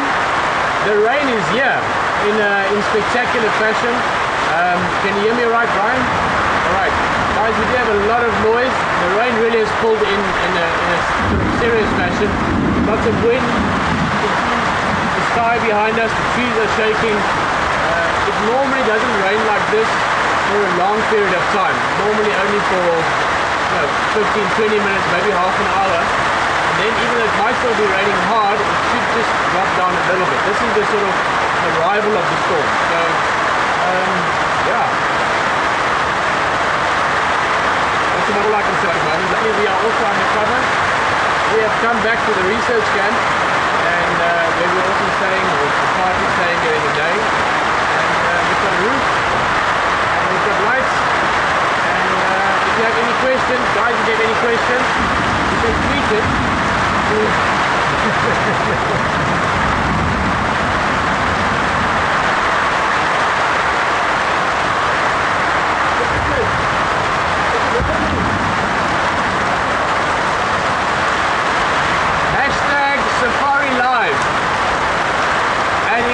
Your question was, is it raining? Yes, it is raining. This is our first, well, since we've been here, our first big storm. And I feel a bit like those weather reporters, but it's like food in the background and palm trees going like this and just standing there talking. It really is quite a storm. So we will sit here and see how it goes. This is also going to bring quite a bit of a change to the environment over the next few days and weeks. This is enough rain to certainly wetter. Let me just show you how good this roof works.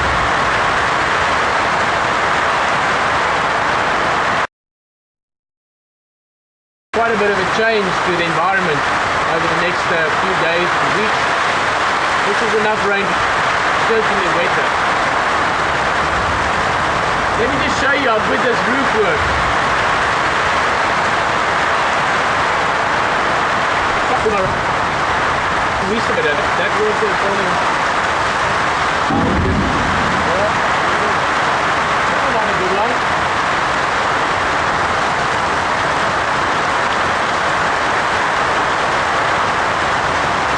So, any questions?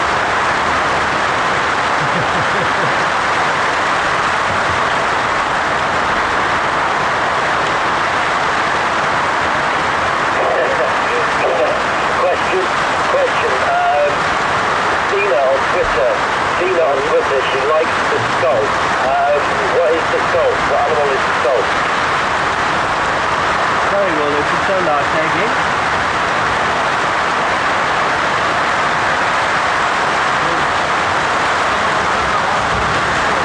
Dina on Twitter is asking for information. Dina on Twitter. Oh! Now raining here under the under the roof. Alright, guys, I'm sorry I missed the name there because we really have an amazing sound around us from the rain hitting the tin roof. And I couldn't get the name, I'm sorry. But yes, this is a skull. This is a lion skull. We found it the other day while Rafi was actually on camera and we were going in there looking for a leopard. And we found it in the grass there. This is a very old lion. You can see the teeth are worn down to the point where the gums have been worn down totally. This tooth has been lost. This one is blunt, all rounded.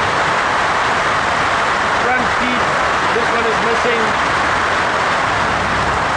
It's all broken up. Now we don't know exactly, we suspect it might have been the skull from Snaggletooth.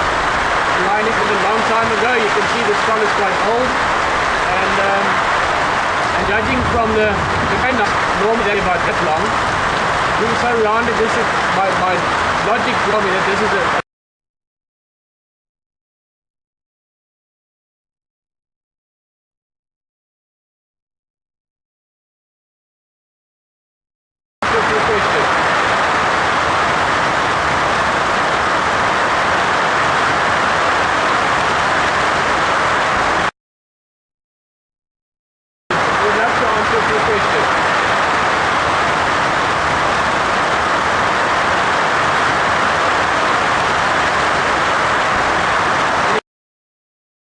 thunder and lightning going berserk around us, that can influence and might influence the broadcast again.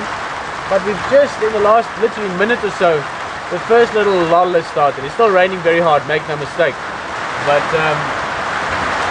it's like that first initial sort of arrival of the storm has quieted down a little bit. And I think this will probably settle in for an hour or two before it actually stops raining. But we were just chatting with Brian and myself that this changes the bush. I mean, in the next 48 hours, you're going to see a dramatic transformation of the environment. This is enough rain to really change things. The trees will get a kickstart. Also, the grasses will get a kickstart. And even though we've had a little bit of greenery already, with the soft rain we had a week or two ago and a little bit of rain they had prior to that, it was only a small amount of rain with lots of heat, so not that much growth. But now we've got lots of rain, so the soil is properly wet. But also, very importantly, there's a lot of nitrate in this rain because there is so much lightning, thunder as well, but lightning essentially. Because there's so much lightning, it really, you can say binds, or alternatively you can say freeze up if you want nitrate. So it takes from the atmosphere and it binds in it, and that comes down. So the water now is very nitrate rich, similar in a way to snow, for instance, as that as well. So areas where you might be living in a place where it's causing the H2O, the water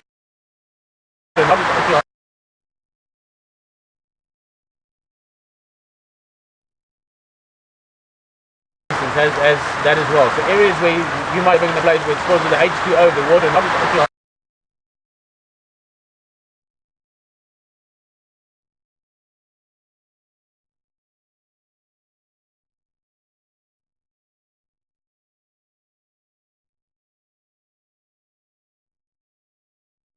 for the short term. So while it's raining like this, hard rain like this, wind and everything, there'll be very little of anything active. Insects certainly not. The frogs will be active, and you know, a few little things, a few snakes and so on. But typically things will just wait the big storm out.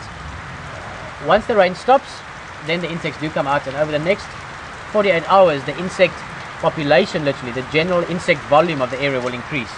So yes, for now, respite from the insects, but in the bigger picture, this will mean more insects. But that's fine. It also means more food, more water, all the good stuff. So all is good with rain like this.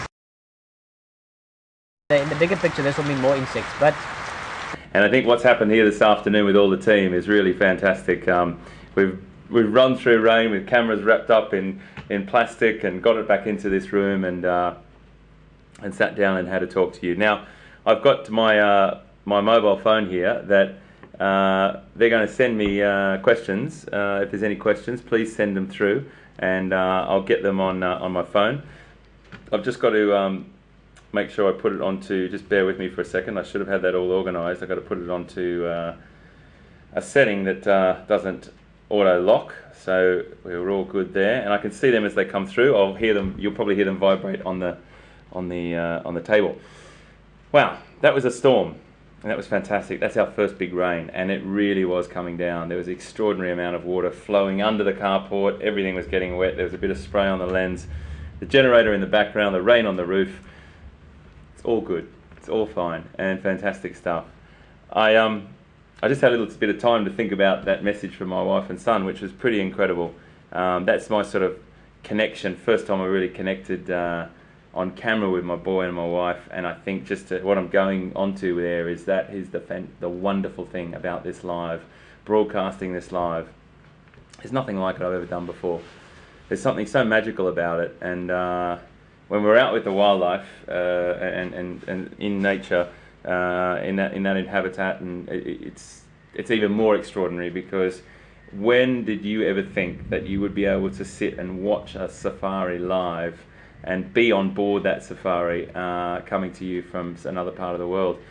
I think what the guys have done, and Graham Wallington in particular, and Will, and with their vision, and all the team, you know, that have been Peter, Brat, and everyone that's been, Alex, all these guys that have been with Graham and the project for such a long time, and many other people behind the scenes.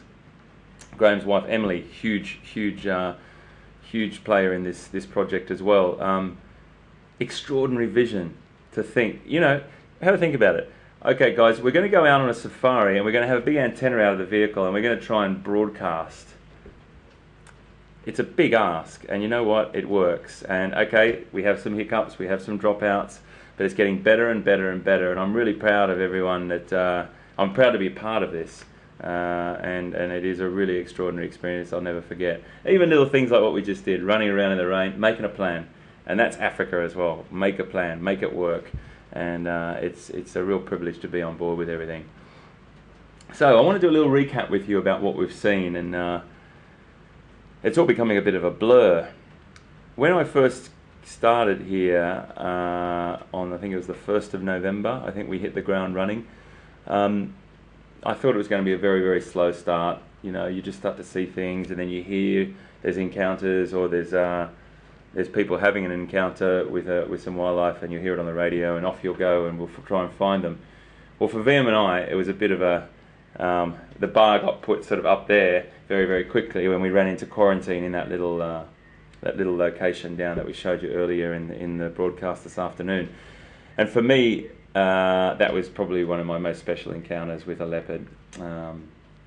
If I backtrack about 20 years in Africa, or even more than that, 22 years, in 1992, I dreamt of seeing leopard and many other animals. Rhino are also a very, very special thing to me, and giraffe. But the thing that really I wanted to see was leopard, and I didn't see a leopard for years and years and years. And that particular part that I was working in Zimbabwe, the leopard were a little bit skittish and weren't very conditioned to wildlife. And it took me a long time before I had my first leopard encounter, probably about 5 years. Like, I saw glimpses of them in drives and things, but they shot off into the vegetation. And then I had an encounter with a mate of mine in Australia, and he came across on a journey with me to Zimbabwe from Australia, and the first animal that he saw as we drove into the reserve was a leopard. And I was like nearly in tears, you know, and he's like, is that good? And I'm like, the first animal he sees. It took me about 5 or 7 years to see one. Anyway, now I've lost track of the encounters, but this particular location, Djuma and Arathusa, wow, the leopard are absolutely extraordinary. I've just got a question from Debbie come through. Question from Debbie. Hi Debbie, fantastic that you're listening, and thanks for sticking with us through this little testing time. Do we get tornadoes here? As yes, one once blew a waterhole camera out of the tree. I'm not sure if you were classified as a tornado, Debbie, but we get fierce storms in Africa, absolutely fierce, and they're probably not on the scale of, you know, the Midwest in the United States or those sort of hurricanes and tornadoes that you get there, but you would probably get extreme climatic conditions here that are quite scary. Probably lift, you know, roofs off, lift corrugated iron off houses and things like that. And if the waterhole camera, we had once, I've just got a message also that we did have one waterhole camera blow out of a tree. I'm not sure if that was a hurricane, but it was probably an extraordinary storm. So I think one of the things you've also got to be concerned about in some parts of the world, like here, is lightning strike. So you've got to be very, very careful of that too. I was in a very, very fierce storm in Namibia once, and we watched it, and the lightning was striking the ground only like, it felt like it was much closer than it was, probably a kilometre away from us, but you could hear the claps hitting the ground. And then we got one really close one. It seemed like it was only 500 metres away. It was a very, very scary time, and we were in vehicles out in the middle of a desert, or a very rocky desert. So we do get extreme climatic conditions here. Now, I just had a thought. I remember there was a couple of questions about monkeys on our Twitter feed, and as you know, Pete and I don't have the Twitter feed when we're on the drive, but you know, we get a bit of a consensus of what sort of questions have people got. And people have been asking that we haven't mentioned monkeys very often, and that's not because we're not interested in monkeys. We've got, you know, we often see baboons and vervet monkeys here, but the interesting thing is they just shoot very, very quickly. They're off up into the trees. If we do come across any monkeys, baboons or vervets, we will definitely stop and we'll definitely have a look for you. But we haven't encountered many on our drives around at the moment. We've got a couple of little cheeky guys that hang around the camp and try and steal food out of our kitchen. But other than that, I've only come across a couple of times on the drives vervet monkeys, and I haven't seen a baboon yet. So definitely, for everyone that's been asking questions about monkeys, we will stop if we see them. And the same thing with birds. It's always important that if we have a good sighting, we'll definitely stop and show you. And I know if VM can get a good frame of that, that's really, really important. But if it's a black spot off in the distance in a tree and we're talking about it, it's a little bit hard to explain. So I promise you we'll definitely stop if we see them. We had another question, I think I remember, I'm just recapping in my mind, a person, and hi to whoever it was, I can't remember the person's name, I do apologise, but it was about if we come across a dung beetle, can we pick it up and show you? We've sort of got a bit of a rule that we're not picking things up for the simple reason that we're trying to show people everything happening naturally. So unless one flew into the car and I had to pick it up, we probably won't. But we'll definitely talk more about them. And if we get a close location of them, I'll try and get some imagery, some images of those modified front legs and back legs for you as well. So please know that we really try with all the questions to cover as much as we possibly can. And the questions are brilliant. There's some really great people sending fantastic questions. Everyone that supports that is really helpful to us. And there's a beautiful calm after the storm now. You can hear the thunder off in the distance, and the ground tomorrow will be fresh and alive, and the next few days will definitely be a big spring of new growth, particularly of grass, and we will be seeing lots of little animals out in those grassy patches, particularly the babies with their mums getting that new nutritious growth. So back onto the leopards, yeah, we've seen some incredible encounters, and Pete has had a magic one. I saw a picture of Pete's the other night. Oh, actually it was Brian's footage that he took of Tingana, I think, up the tree. It was incredible stuff. I've got a question here from Tony as well. Are you very small, or are those books enormous? Those books are enormous. Nothing like a few props there just thrown in there, Tony. Nice one. They are enormous books. A couple of Bibles here, actually. The Mammals of Southern Africa, one of a beautiful book. Ecology and Field Biology, the Capture and Care Manual, one of my favourite books as well. Environmental Management of South Africa. There's nothing like someone setting up a bit of a set. Oh yes, and just pick up a book and look quite intelligent here, and open one of these, and yes, yeah, they're just there to make. We just had a plain table here in this back room, so we just try to make it look a little bit nice for you. Are they enormous books, or am I very small? Another question from Mandinga. Will leopards and lions need to re-scent their territories when the rain washes everything away? Absolutely. That scent will definitely be diluted to a degree, and they will go around and do that. The scent does stick around. They've got a very accurate or good sense of smell, but they will go around and re-scent, but they do re-scent their territories regularly anyway. But you would find that rain would have diluted the scent for sure. One of the great things also, Mandinga, about the rain is for tracking. It's a brilliant thing. The tracks in the morning or after this rain are going to be fresh. So every track that was on the ground has been obliterated by the raindrops, and everything that we see tonight and tomorrow morning will be fresh tracks. So we'll get a really good indicator of what's happened, and I might even get a little bit of intelligence on where that hippo goes, because we do have a lot of vehicles driving around the reserve, and those tracks then also make the tracks deteriorate somewhat. But there's a lot of fantastic trackers here, particularly the Shangaan, the local people who I just can't tell you how good they are. They're extraordinary. It's another level of tracking.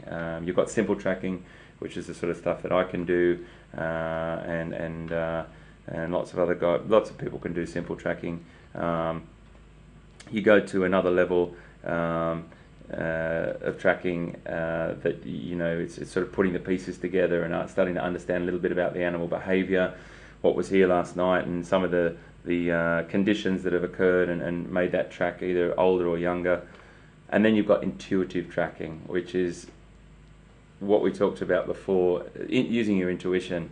And the Shangaan people, it's just, you're born with it. You are born with it, and it's something that you can learn over many moons. But the Shangaan people are just too brilliant, absolutely brilliant. And yeah, you just spend a bit of time with a Shangaan tracker, and you are in awe of their ability and knowledge. But their intuition is something you can't buy. You're born with it.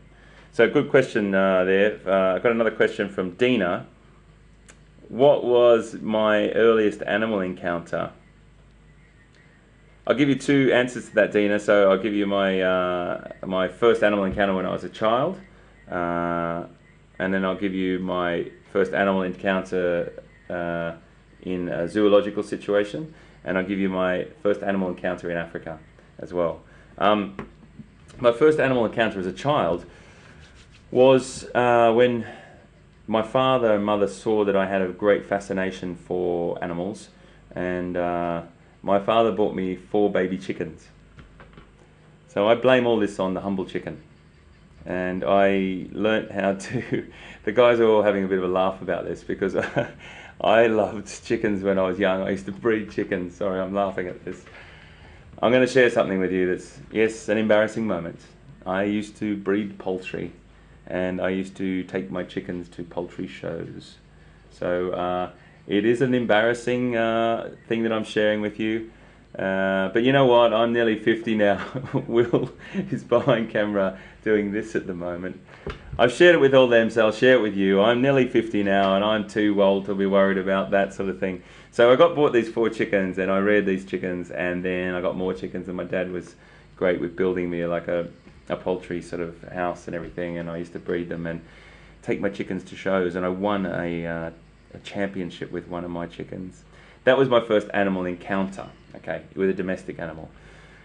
When I first discovered animals, and this is a really nice little conversation, hopefully that I'll make it brief, but at the same time detailed in enough that you know why I'm telling it. A lot of people have got opinions about zoos in their life, and I totally respect both sides of the story. I grew up with zoos and worked in zoos for a very, very long time. And I did my work experience from school in a zoo. I got to spend time there, and I was hooked because it was my only contact with exotic wildlife, and particularly African wildlife. I was fascinated from a very, very young age about African wildlife, and a lot of people to blame for that. A lot of TV presenters, you know, obviously one of our favourites, Sir David Attenborough, and also a wonderful, wonderful guy who I don't think is with us anymore on the planet, but a guy by the name of Marlon Perkins, who used to host a show in America called Wild Kingdom, and I used to be glued to that as a kid. Now, going to zoos was my only chance to come in contact with those animals, because I never ever thought I'd have a chance to go to Africa. Excuse me, just let me have a drink. And the first animal encounter that I had in the zoo was with a ring-tailed lemur. Now, they're a species from Madagascar, as many people would probably know, and extraordinary creature. And I had this encounter at the zoo, through the glass at the zoo. I could not believe how incredible these creatures were, and their hands, their incredible hands. And I just thought, this is just fascinating stuff. I'm hooked. I'm absolutely hooked. So all I ever wanted to do was work in the zoo. And when I left school, I did a bit of horticulture studies and a few other things, and was doing some landscape gardening work and everything. And then I saw this job in the paper for an ungulate keeper, which I knew an ungulate was a hoofed animal, but I didn't know the details. And I went for the job at the zoo, and I got the job at the zoo, which was astounding. I'd never written a CV before or knew how to do an interview or anything. But my passion and enthusiasm for wildlife hopefully came through, and hopefully it won me the job. Well, that was the turning point of my life for my first animal encounters. And then I got the opportunity to go to Africa through the zoological institution I was working for. So that became my first animal encounters outside of Africa. Excuse me, please. And then when I got to Africa, the first animal species I worked with were rhinoceros, particularly black rhinoceros, who the zoo that I was working at had a breeding program going, and I assisted in the translocation of those animals back to Australia. And that was a huge part of my life. So, Dina, that's the answer to your question. They're my 3 animal encounters that have probably changed my world. And then everything else that's gone on with that. Chimpanzees that I've worked with in Uganda, and the countries that I've been to, the magnificent countries in Africa that I've worked and lived in. I've been very, very fortunate, Dina, and everyone, yeah, it's a humbling sort of thought to think of what I've been able to do. But it's a good thing to say that anyone can do it, that's for sure. You just got to have the passion and the love, that's for sure. You don't have to be, there's nothing special about what I do or Pete does. It's just that it's from in here, and it's trying to deliver our stories and our encounters with you. I'm looking for more questions here on my phone, and I'm just waiting for them to send some through. Yeah, so the wild dog. That brings me to a little conversation about the wild dog. Wild dog are very, very rare to see. You know, if you spend a lot of time in the bush and you're a researcher or a scientist, or you are living in a location like this, well then the encounters are much more consistent.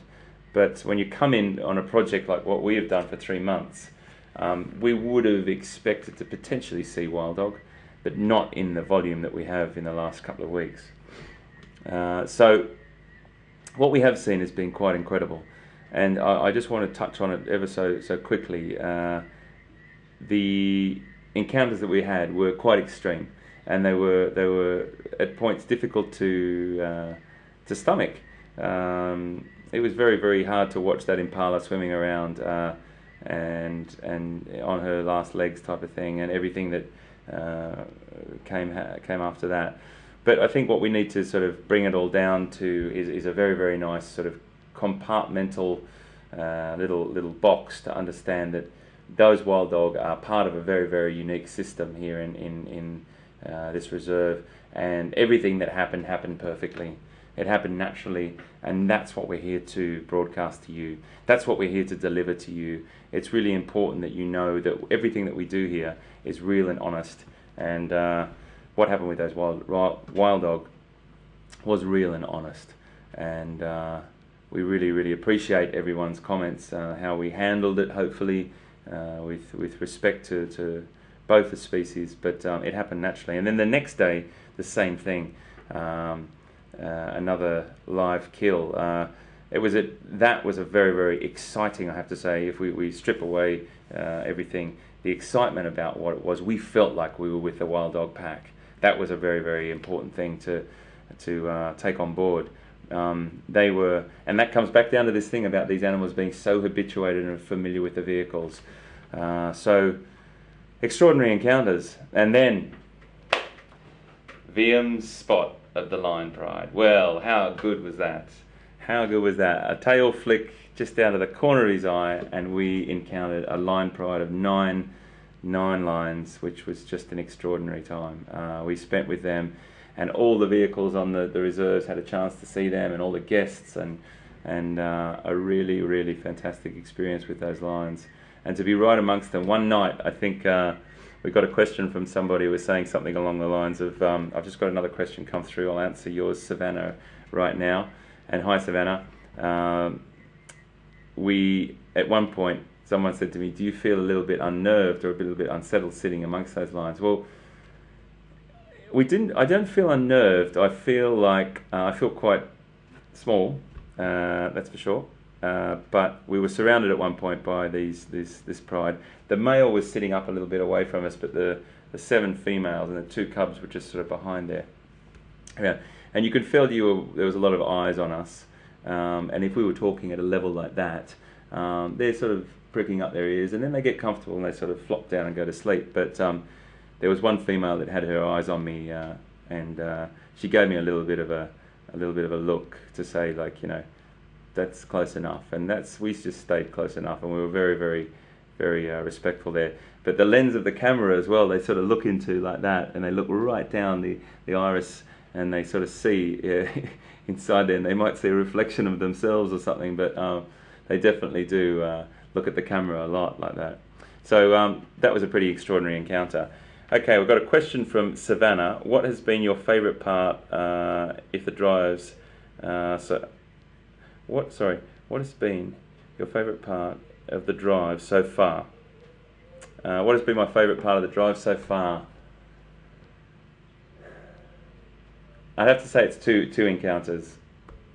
I'd have to say it was the encounter with Quarantine, the male, when he was walking up the road to us, and I could not believe my time on this planet right then. I could not believe that this beautiful young male leopard was walking towards me, completely unperturbed about me, just not a worry in the world, and he walked within sort of touching distance from my vehicle. That was probably one of the most beautiful things, and I had time to I had time to really understand his sort of physiology and watch him walk towards me and how his beautiful sort of stride was walking towards me. That was incredible.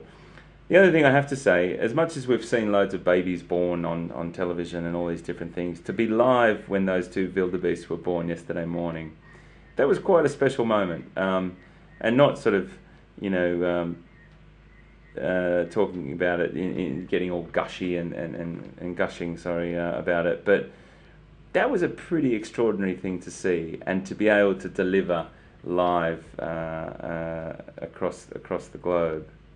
That was something that really, I had to digest that afterwards, to see that new little life came onto the planet. We witnessed that, take his first steps, and or him or her. Sorry, it was a him, Viam. That was Viam, the wildebeest. That was a pretty extraordinary thing, Savannah. So that was probably two of my. There's many more, but also just being on locations with Pete. I mean, that encounter we had with a wild dog, as raw as it was, to experience that incredible encounter with a mate. We'll be talking about that for years and years and years. That's just one of the most incredible things I've ever seen. So that's a few of them, but there's many more, Savannah. Another one from Ellen. Will buffalo or elephants regrow lost horns or tusks, and does it cause them discomfort? Ellen, hi, welcome, and great question. Horns and tusks are two very, very different things. The horn grows. The animal's not born with horns. The buffalo grow those horns afterwards, and they're made of keratin, the same substance as your hair and fingernails are. We've seen many a buffalo around the reserve with a broken horn, or a gouged horn, or a slightly disfigured horn, and that can be a knock that they've had when they're young, or a fight, or something like that. They won't grow back, so to speak, in the same shape if they've been broken right off. It might grow a little bit further. They're growing constantly, but they slow down as they get older. With an elephant's tusk, that's a tooth, and that's constantly growing throughout the elephant's life. But if it's broken off, it won't grow back into the same shape. It'll always have that broken mark on it, but it would potentially get a little bit longer. And again, as they get older, it starts to slow down. Elephants can normally break their tusks in a battle or a confrontation with another elephant, or sometimes when they're trying to push over a tree or rip off some bark or break a branch off, they can break their tooth as well. And we definitely see broken tusks, but I have to say, a broken tusk can also be an incredibly strong weapon, and actually razor sharp, which can benefit the elephant. So they can get by with it without a full tusk, but they don't grow back into that long, tapered, beautiful shape. They will always stay broken, but potentially get longer. I'll just have another drink. Sorry, excuse me. It's really funny. I'm going to try and ask for a coffee now, which is just so cheeky of me. But hopefully I'm going to try and be able to get one, if that's okay, guys. Please. And that'd be fantastic. We've got a question from Racer. I think, Racer, you've asked before, and Savannah, you've asked many questions. Thank you very much. Racer, will the rain bring the flying termites, or is it too early? I'm not sure about that, Racer. I'd have to double check on that. And if we do encounter any, we'll definitely film them. It may be a little bit early. The first rains have just hit, so we may see some. I'll have to double check on that for you, Racer. I can't answer that with great clarity. I know a little bit about termites, but not as much as to answer that question. But to be honest with you, I'll look that up for you, Racer, and come back to you. Hopefully you watch most of the safari lives with us, and if you are watching, I'll make a sort of contact to camera with you, and if you can text us just to confirm you are watching, and I'll make sure I get more information on that for you. So, I'm just looking at the time. We've got about 11 minutes to go. It's been a really interesting day today. I never thought that I'd be sitting in a room talking to you on Safari Live, but it really is a great experience. It's a great way for us to sort of show a bit of Pete and my sort of personal sides about what we think and things that are outside the drives and our families and things like that, and the team, the incredible team. I keep banging on about the incredible team, but we have to, because they are incredible. And it's been kind of nice, actually, just kind of nice to share that with you. And Excuse me, please. We're working up to a big week, the 29th on Nat Geo. This is also very big for us, but this has been the technical phase that you've stuck out with us, which we really raise our glasses and take our hats off to you all that have supported us all the time. But building up to Big Cat Week on the 29th, which is going to be on Nat Geo channel and onto their websites as well. Pardon me, so that's fantastic. But a very beautiful experience. And after we finish here, there's a massive pack up we have to do. We have to get all the cameras packed up into their dry boxes. We'll probably have to dry all our camera equipment off today, make sure there's no moisture on them, pack all the equipment up, get everything sorted out for tomorrow's drive, check the vehicles. So on the vehicles, there's loads of things to think about as well: fuel, oil, all the normal things you think about with a vehicle. And so many of the team, particularly Jason and Alex, just run around doing amazing things for us there. And then we make sure that it's fantastic that the rain has actually stopped, because we have to drive off the reserve now to our camp, and driving through the rain in Zanelli and Jigga isn't the most pleasurable experience when it's coming down. It is really funny, guys. I have to tell you, we bought these goggles, like goggles you would use in a workshop or something like that, and we have most of the team with them on as we're driving, and it does look like the magnificent men in their flying machines. It's quite amusing. I'll try and get some photos up on Facebook for you if the guys will allow me. But I do have a fantastic photograph of Will Fox flying along at speed, looking like he's flying an aircraft. But we travel back to our camp, and then Zanelli has normally got an amazing dinner for us cooked, which we all go down and share about the day, have a meeting as well, and talk about what we need to get going. So there's a lot of stuff that goes on behind the scenes, and I think it's really important for you to know that sort of stuff, because it is a big project. And then Pete and I, and most of the other members of the team, go to the fire.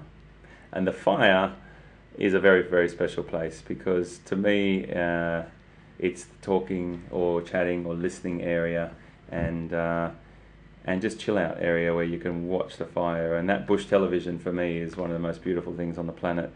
Pete and I and all the other guys love the fire so much, but Pete and I are a little bit obsessed with fire, so we do have to construct the fire exactly how we like it. And it's all about the good wood and starting the fire and enjoying the fire.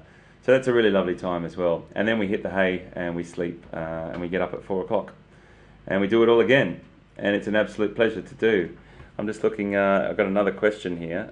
Question from Joanne: can you explain the term endangered, what the term endangered means, and if there are different levels of species protection or endangerment? Okay, that's a really good question, Joanne, and I'm going to introduce you to maybe something you could look up online called CITES. And CITES is an acronym, CITES, CITES. It's an acronym for Convention in the Trade of Endangered Species. And the CITES organisation are probably the most renowned organisation for the quantification of endangered, what endangered means, and there's different levels of it. I'm probably going to be having a guess at everything at the moment, but endangered is up the top, and there's certain levels of endangered species as well, different appendices or appendices, CITES Appendix 1, Appendix 2, etc., etc. Please excuse me, I'm not explaining this in exact detail, but on the website of the CITES website, you'll be able to go and see all the levels that it goes down to. And the last one at the bottom is something called least concern. And that means animals like impala, or the particular impala. There's another species or subspecies of impala called black-faced impala, which I don't think are least concern. I think there's some other level well above that. But if you've got an animal that's quite a common resident, you will probably be called least concern. But then it goes all the way up a ladder to endangered. And when you're talking about endangered, you're probably talking about things like black rhinoceros, Asiatic lions, tigers, so many different species. I'm trying to think of some other species in Central Africa, potentially okapi. You'll get a lot of birds that are endangered. You'll get a lot of, it doesn't have to be fauna, there can be flora as well. Trees, a lot of species of trees.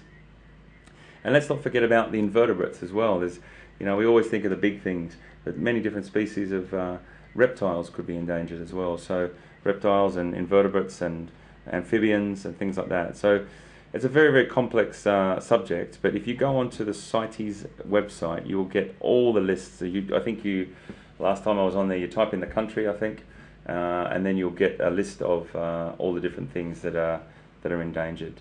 But sadly, there's a lot of them, and really well worth looking at, and you'll see what's in different countries.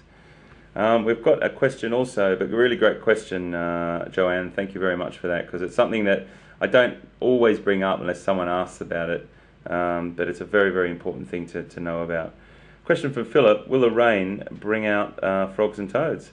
Absolutely, Philip. We should hear some frogs and toads, particularly frogs, going off over the coming nights.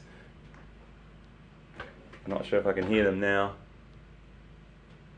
No, I can't hear any at the moment because our generator's still going. But if we were to go down by a water point, you may be able to hear frogs and toads celebrating that beautiful rain. So definitely. It'll also encourage them to breed, and that will be a trigger for them. It's like a physiological or an inbuilt trigger for the frogs and toads to get their act together and do what frogs do, and that's make more frogs. A question from Beverly: have you heard of or seen anything of Karula's third litter?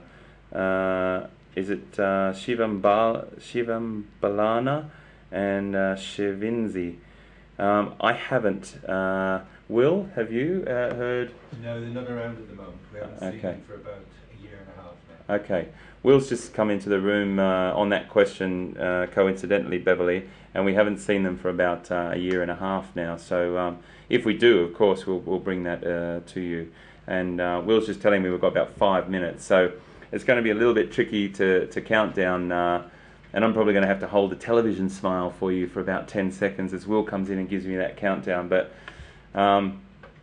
we want to try and close on perfectly on time as we do every night. But we've got 5 minutes to go. So it's been an absolute pleasure to have you today. Unusual discussion and a little bit different for Safari Live, but we do have to make a plan. It's a great term that is a real African term. Let's just make a plan. I'm very privileged to be here as a sort of half African. I sort of think I've got a fair bit of African sort of blood running through me. But I was born in Australia, but I definitely think I was born. Half of my soul was born here. That's for sure. This magical country, South Africa, which I've spent many a year in for many different reasons, and it never ceases to deliver and amaze me. How wonderful it is. It's mega diverse. It's got incredible habitats that are like no other African country in this region. It's just got the most incredible diversity. But I say that, and then you go across the borders to these magical countries like Botswana and Namibia and Mozambique and Zimbabwe as well. They're all magical in their own right. So I love them all dearly. But where we are right now, it's a magical place. We really are very lucky to be here, and I love it. I love it so much. Thunderstorms, blaring sun, 39 degrees Celsius, over 100 Fahrenheit. The trials and tribulations, the hiccups, all the problems that we go through, the frustration out there when you've got a leopard and we lose a signal or whatever it may be. It doesn't matter, because at the end of the day, what we're doing is just the most fantastic project, and to have you on board with us right here, right now, that's the sort of icing on the cake. That's all it is. So for us, Safari Live has been about what you've seen.